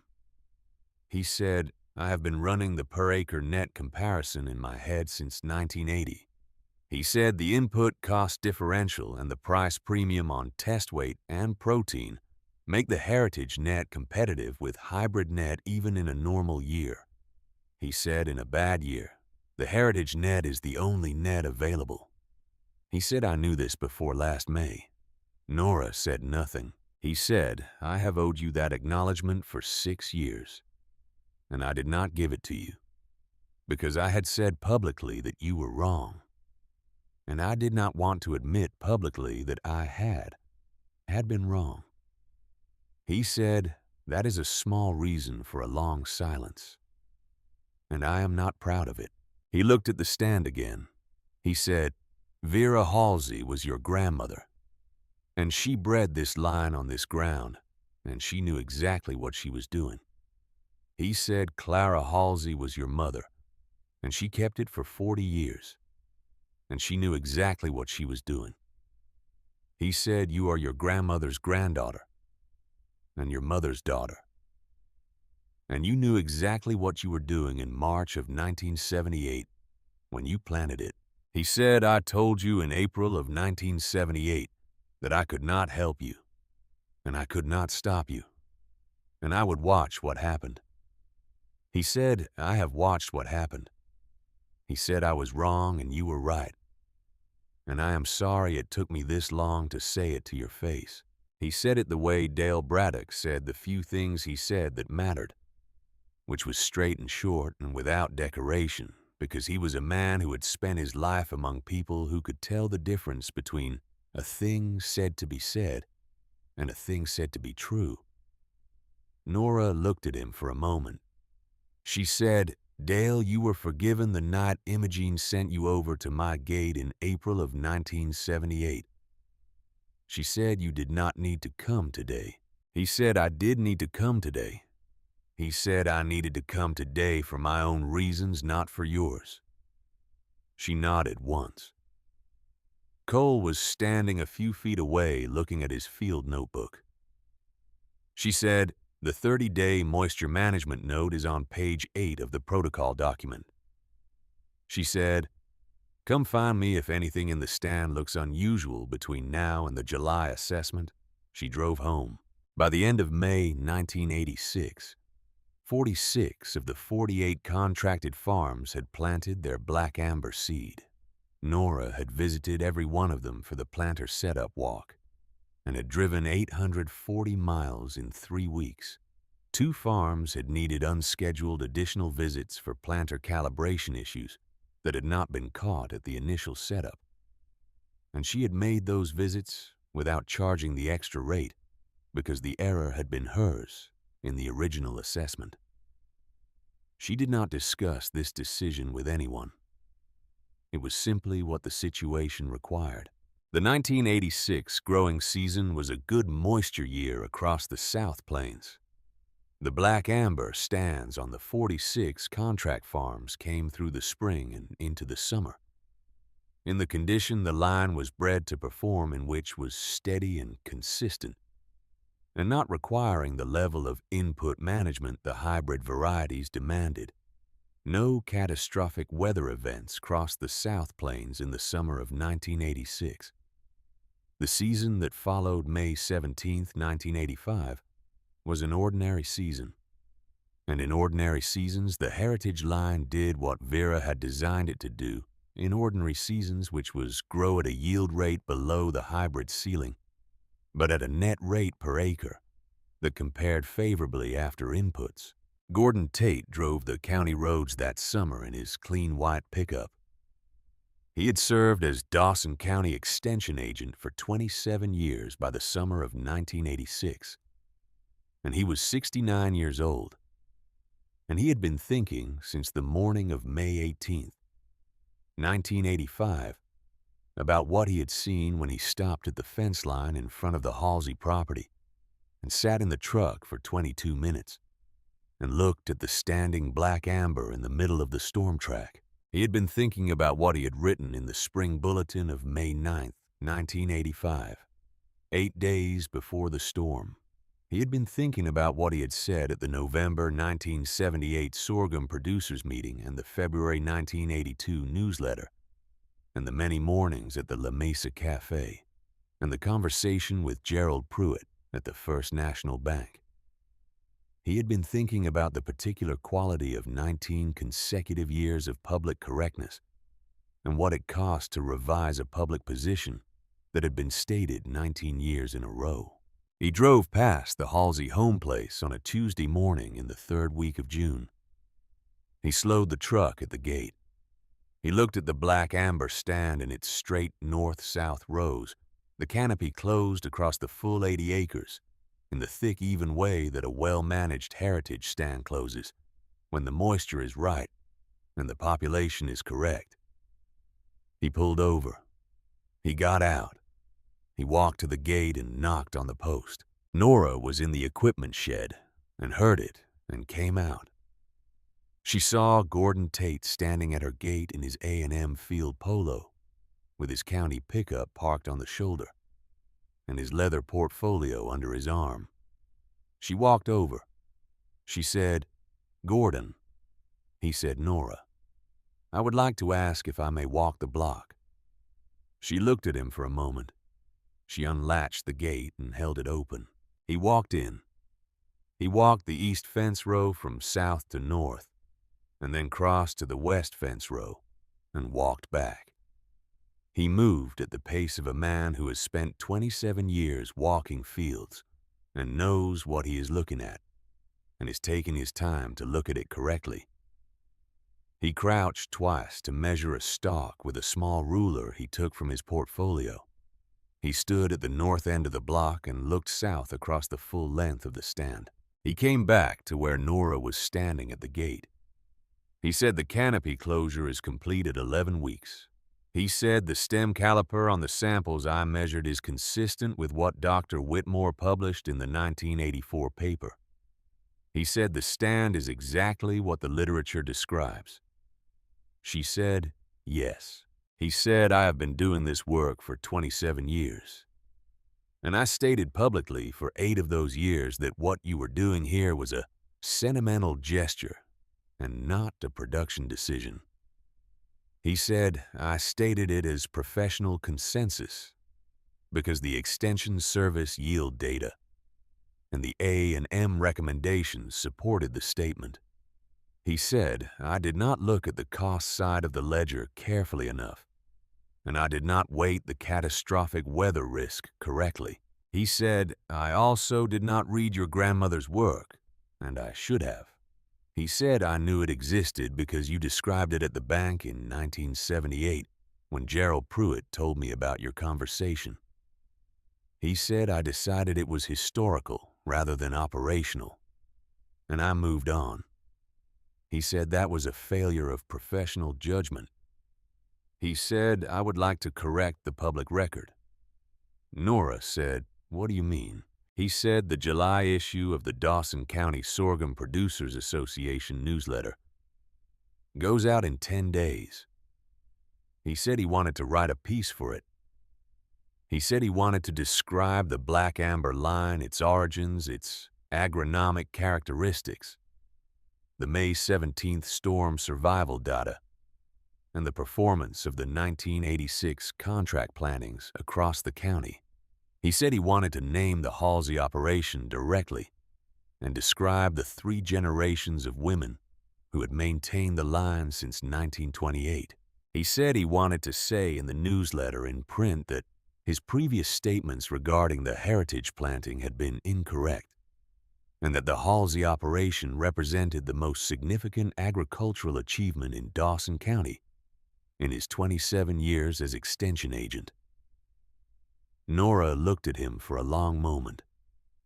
She said, "Gordon, why do you want to do this?" He said, "Because it is accurate." He said, "Because the record should be accurate."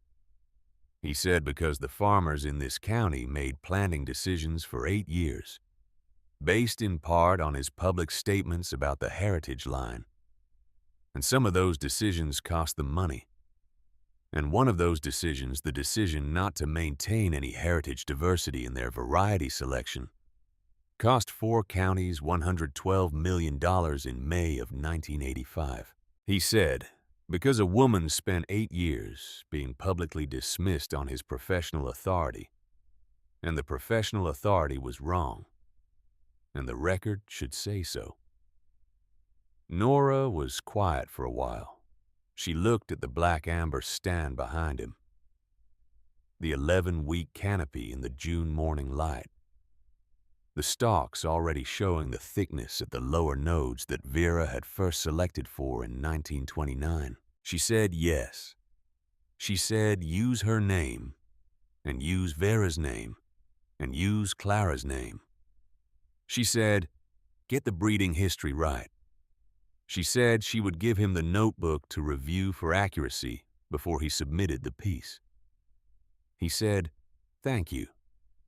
He said he would come by on Thursday to go through the notebook. He came on Thursday with his leather portfolio and a fresh yellow legal pad and sat at Nora's kitchen table for 3 hours while she went through the breeding history from Vera's first 1928 entry to the most recent observation pages.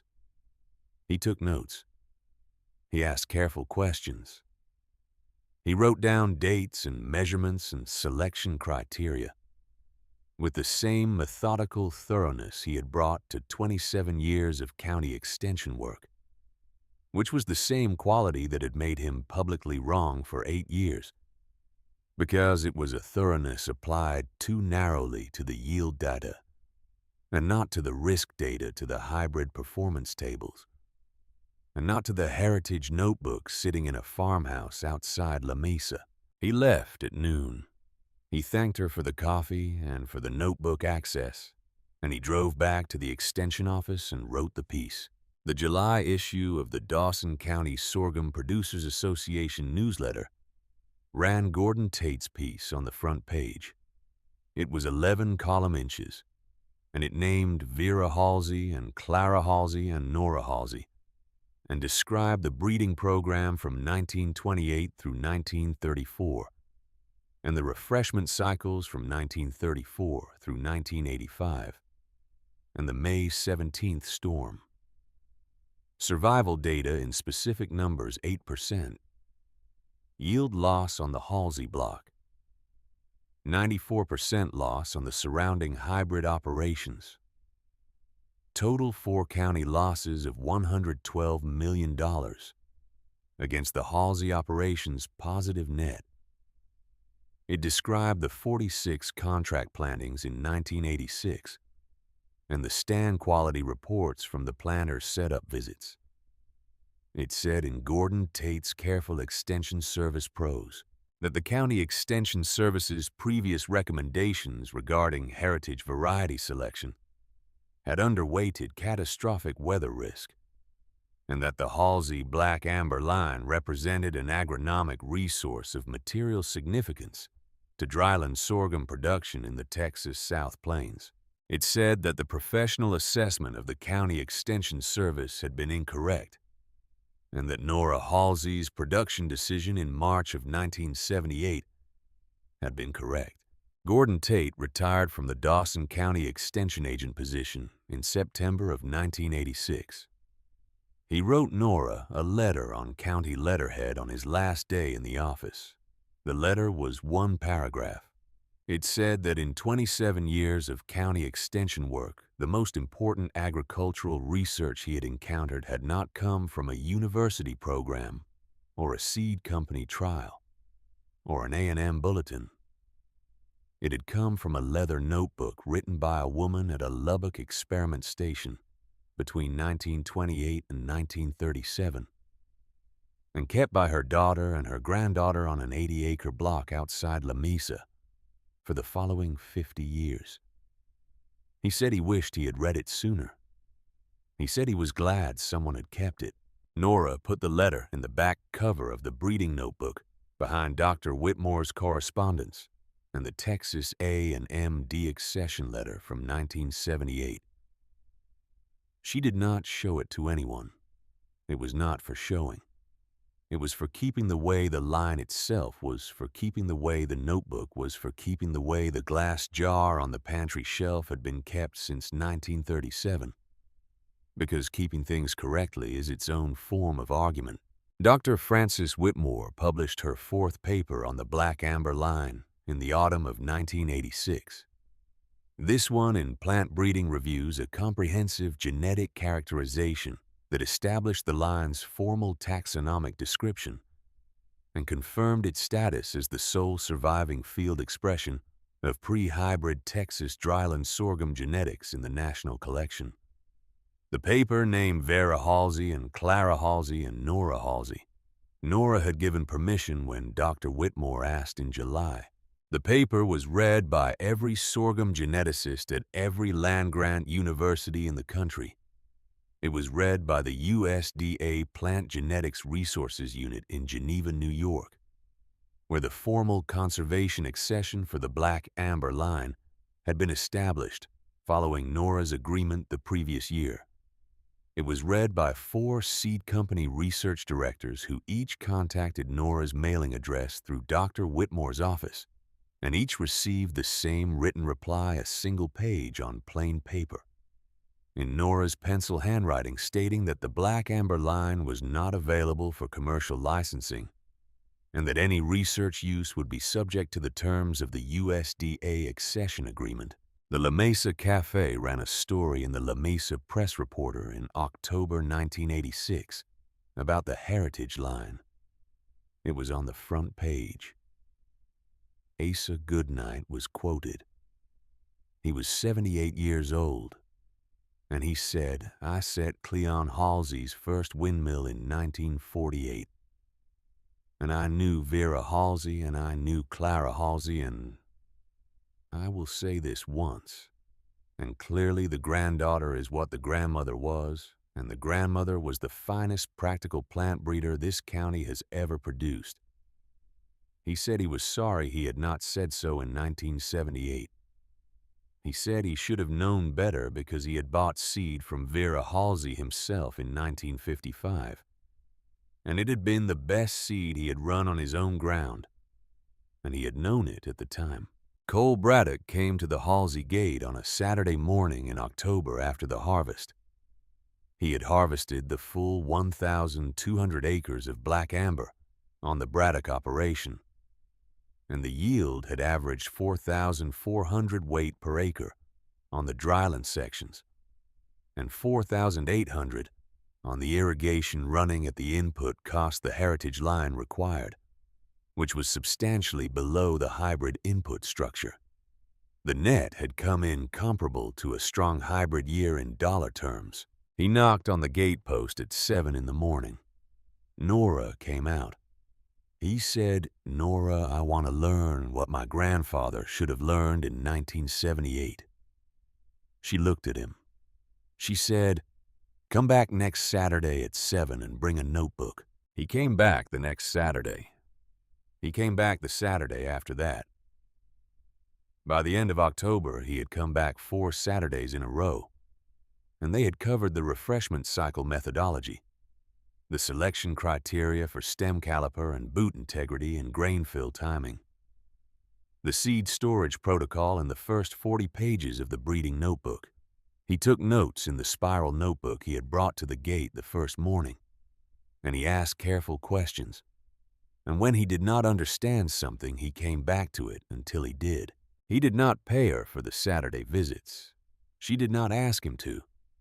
On the 5th Saturday, Dale came with him. Dale Braddock was 66 years old that October. He wore his tall-crowned Wrangler hat and his Carhartt canvas jacket, and he stood at the gate while Cole knocked, and he took his hat off when Nora came to the door, which was the gesture of a man who understands that he is on ground that has earned a particular kind of respect. Nora held the gate open. She said, "Both of you come in." They walked the stubble of the 80-acre block together, all three of them, in the October morning light. The harvest was in. The stubble was cut short, and the ground showed the red-brown of the Dawson County clay in the late fall sun. Nora walked them through the post-harvest assessment methodology, the row count she used to calculate effective population density, the stubble measurement she used to gauge stem integrity across the season, the soil temperature record she kept from planting through harvest to document the line's thermal response at each growth stage. Dale listened without speaking for most of the walk. He picked up a piece of stubble and ran his thumb along the cut end and held it the way a man holds a piece of material he is learning to read. He said, "These nodes are solid all the way down." She said yes. She said the stem architecture is what Vera selected for in 1929 and 1932.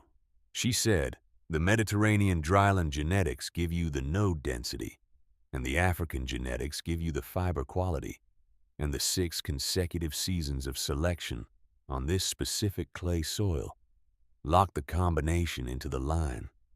She said you can pull any stalk from any row in any year I have harvested, and the nodes will read the same way.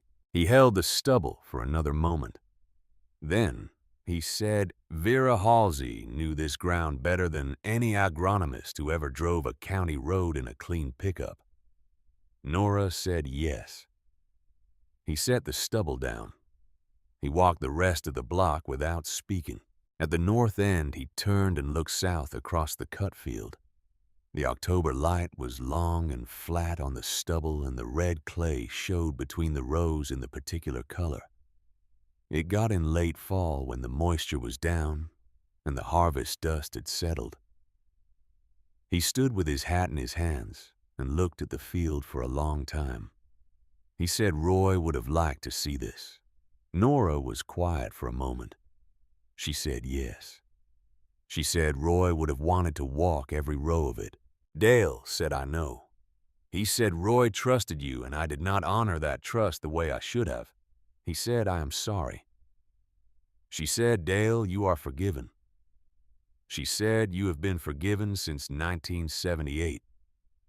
She said what you can do now is learn the lines so that when the next bad year comes, the Braddock operation knows how to stand through it. He said that is what I am here to do. The Saturday visits became a fixture of the Halsey and Braddock operations through the winter of 1986 and into the spring of 1987. Cole came every week. Dale came most weeks. They went through the breeding notebook from the first page to the last, all of it. Vera's original entries and Clara's continuation and Nora's additions, and the current year's observation pages. Cole built his own version of the observation system in his spiral notebook, adapted to the Braddock operations' acreage scale and field layout, with the same column structure Vera had used in 1928, and the same measurement protocols, and the same seasonal timing. In November of 1986, after the harvest data was in and the seed reserves had been inventoried, Nora sat at the kitchen table with the breeding notebook and turned to the last entry in Vera's original section. The December 1936 pages she had read 100 times since Clara's death in 1976. She read the final paragraph of Vera's writing, the part about the hybrid path and the good years and the bad years and the need for someone to keep the line. Then she turned to the final page of Vera's section, the last page before Clara's section began, and she read the 3 lines at the bottom that she had also read 100 times. Vera had written, "The program has made its choice. I am making mine. The seed goes home with me tonight." Below those 3 lines in the narrow margin at the very bottom of the page, there was a line that Nora had not noticed in all the time she had read those pages. She had not noticed it because it was written in a lighter pencil than the rest of the entry, and in a smaller hand, and it was right at the edge of the page where the margin met the binding. She held the notebook closer to the kitchen light. The line said, "When the jar is empty, fill it with what the line has made. The jar is for the next someone after you." Nora sat at the table for a long time. The jar was on the pantry shelf behind her, the half-gallon mason jar with the zinc lid, and the yellowed paraffin and the faded label, the jar that Vera had carried from the Lubbock station in February of 1937. The foundation seed that had been in it in 1937 had been planted and refreshed and harvested and distributed and conserved in the National Gene Bank and planted on 1,200 Braddock acres and on 46 other farms in 4 Texas counties, and was growing in the fields and in the breeding records and in the carefully written pages of Cole Braddock's spiral notebook. The jar was not empty. It still held the current foundation reserve, the selected seed from the 2,985 harvest that she had cleaned and weighed and stored. But Vera's line was in the sentence she had written in the margin in December of 1936, which was that the jar was not the thing. The seed was the thing. The jar was for holding it until the next someone was ready. She looked at the notebook in her hands, the leather cover worn soft at the corners. The pages filled from 1928 to 1986 in 3 different hands. She went to the kitchen drawer and took out a new composition notebook. The black and white marbled kind, the same kind she had been using for her own observations since 1978. She set it on the table next to the leather notebook. She opened the first page of the new notebook and wrote at the top in pencil, "For Cole Braddock. Started November 1986. Continued from the work of Vera Halsey and Clara Halsey and Nora Halsey." Then she wrote the first entry, the same way Vera had written the first entry in March of 1928, with the date and the weather observation and the soil temperature and the seedling emergence count and the stem caliper measurement at the 30-day mark, all the numbers in the correct columns, all the observations in the correct order. She filled the first 6 pages that evening. The following Saturday, she handed the new notebook to Cole at the gate. She said, "This is yours." She said, "Keep it the way the leather one was kept." She said, "Add to it every season and teach the next person in the same way." Cole took the notebook with both hands. He looked at the first page. He read the header she had written. He looked at her. She said the line belongs to whoever will keep it correctly. She said it has belonged to 3 women in this family for 58 years, because those 3 women were the ones who would keep it correctly. She said now it belongs to you also, because you came to the gate on a Saturday morning in October and asked to learn it. He said, "I will keep it." She said, "I know you will." He came back the next Saturday. He came back through the winter and through the planting season of 1987, and through the summer and through the harvest, carrying the new notebook at every visit, and adding his entries in his own hand in the same columns Vera had established in 1928. By the end of 1987, the new notebook had 28 pages filled in Cole Braddock's careful block handwriting. The Braddock operation's 1,200 acres of black amber, documented in the same system that had documented the Halsey 80-acre block since the first year Vera planted it on the Lubbock Station selection plot. The USDA Plant Genetics Resources Unit established the formal black amber conservation accession in Geneva, New York, in the spring of 1988. The accession document listed the originating custodian as Vera Halsey, Lubbock, Texas, 1934, and the chain of custody as Clara Halsey, 1937, to 1976, and Nora Halsey, 1976 to present. The accession was the first formally documented heritage dryland sorghum line in the national system to carry an unbroken private custodianship record of more than 50 consecutive years. Dr. Whitmore sent Nora a copy of the accession document with a handwritten note that said the program had reviewed 340 heritage grain lines for formal accession in 1987 and 1988, and that the black amber documentation record the continuous breeding notebook from 1928 to present with unbroken selection. Cycle documentation across 3 generational custodians was the most complete private custodian seed conservation record in the system. She said that Vera Halsey's 1928 to 1934 selection work had been formally entered into the historical record of the United States National Plant Genetic Resources Program. She said that the La Mesa operation had saved something the institutional program had thrown away in 1953 and had kept it alive for 35 more years in a glass jar on a pantry shelf, and in 5-acre refreshment plots, and in 800 miles of consultation visits in a C-30 grain truck, and in a column of pencil entries in a leather notebook, and that without those things the genetics would not exist anywhere. She said she had been a plant breeding researcher for 22 years, and that the most important conservation work she had encountered in those 22 years had been done by a woman in Dawson County, Texas, who read her grandmother's notebook and decided to do what the notebook said. Nora put the letter with the others in the back cover of the leather notebook.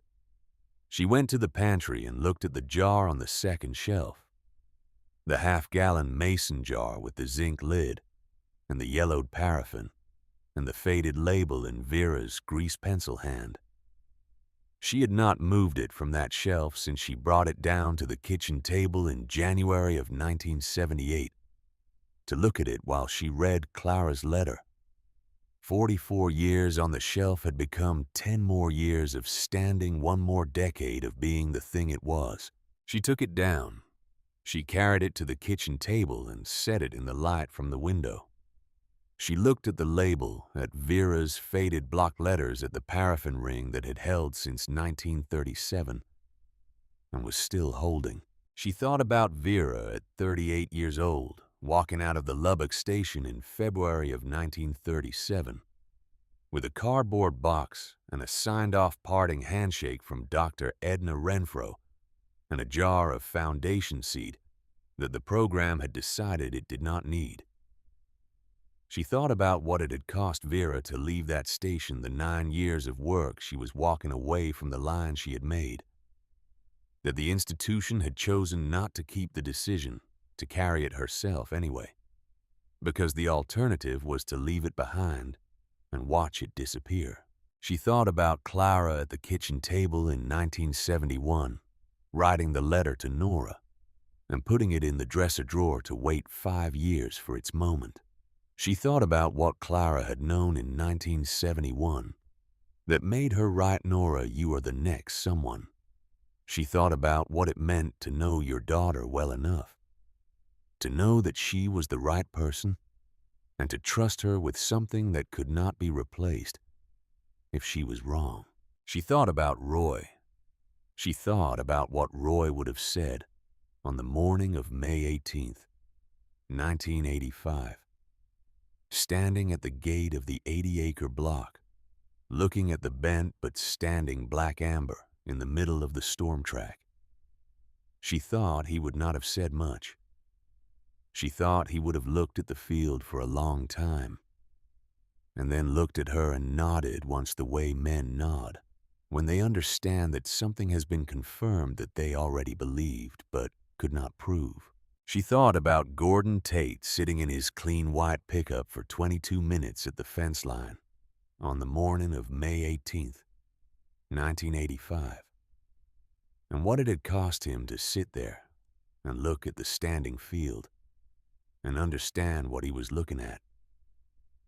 She thought about Dale Braddock picking up a piece of stubble and running his thumb along the cut end and saying, "These nodes are solid all the way down." She thought about Cole Braddock at the gate in April of 1986, with his hat in his hands, saying, "I think he knew by 1980 that you were right about the line." She set the jar back on the pantry shelf. She went to the kitchen table and opened the leather notebook to the current observation pages and picked up her pencil and wrote the date and the weather observation and the morning temperature at the soil surface, and began the day's entry, the way she had begun every day's entry since 1978, in the same columns, in the same order, adding 1 more line to the record that Vera had started in March of 1928, on a selection plot outside Lubbock, on a morning that nobody else had thought was particularly significant. Vera Halsey had spent 9 years making something that the institution decided it did not need. She had carried it home in a jar and trusted it to her daughter, and her daughter had trusted it to her daughter. And on the morning of May 18th, 1985, it had been the only standing sorghum crop in 4 Texas counties. The men at the La Mesa Cafe had laughed for an hour and 40 minutes in April of 1978 when they heard about the heritage planting. They were not laughing on the morning of May 18th, 1985. They were driving the county roads and looking at their fields on the ground, and some of them were thinking in the way that people think when the evidence has finally arrived in a form they cannot argue with about a woman who had planted 420 pounds of her grandmother's seed on a red clay flat west of La Mesa 7 years before, and had said in a quiet voice at a gate in April that the bad year would come in a season nobody was predicting. Nobody had predicted May 17th, 1985. Vera Halsey had. She had written it in a breeding notebook in December of 1936 and trusted it to Clara, and Clara had trusted it to Nora, and Nora had trusted it to the ground, and the ground had held it. The way good ground holds what is planted in it correctly, which is without drama, without announcement, without any particular interest in whether anyone is watching. It holds it until the season comes when it matters, and then it shows you what it kept.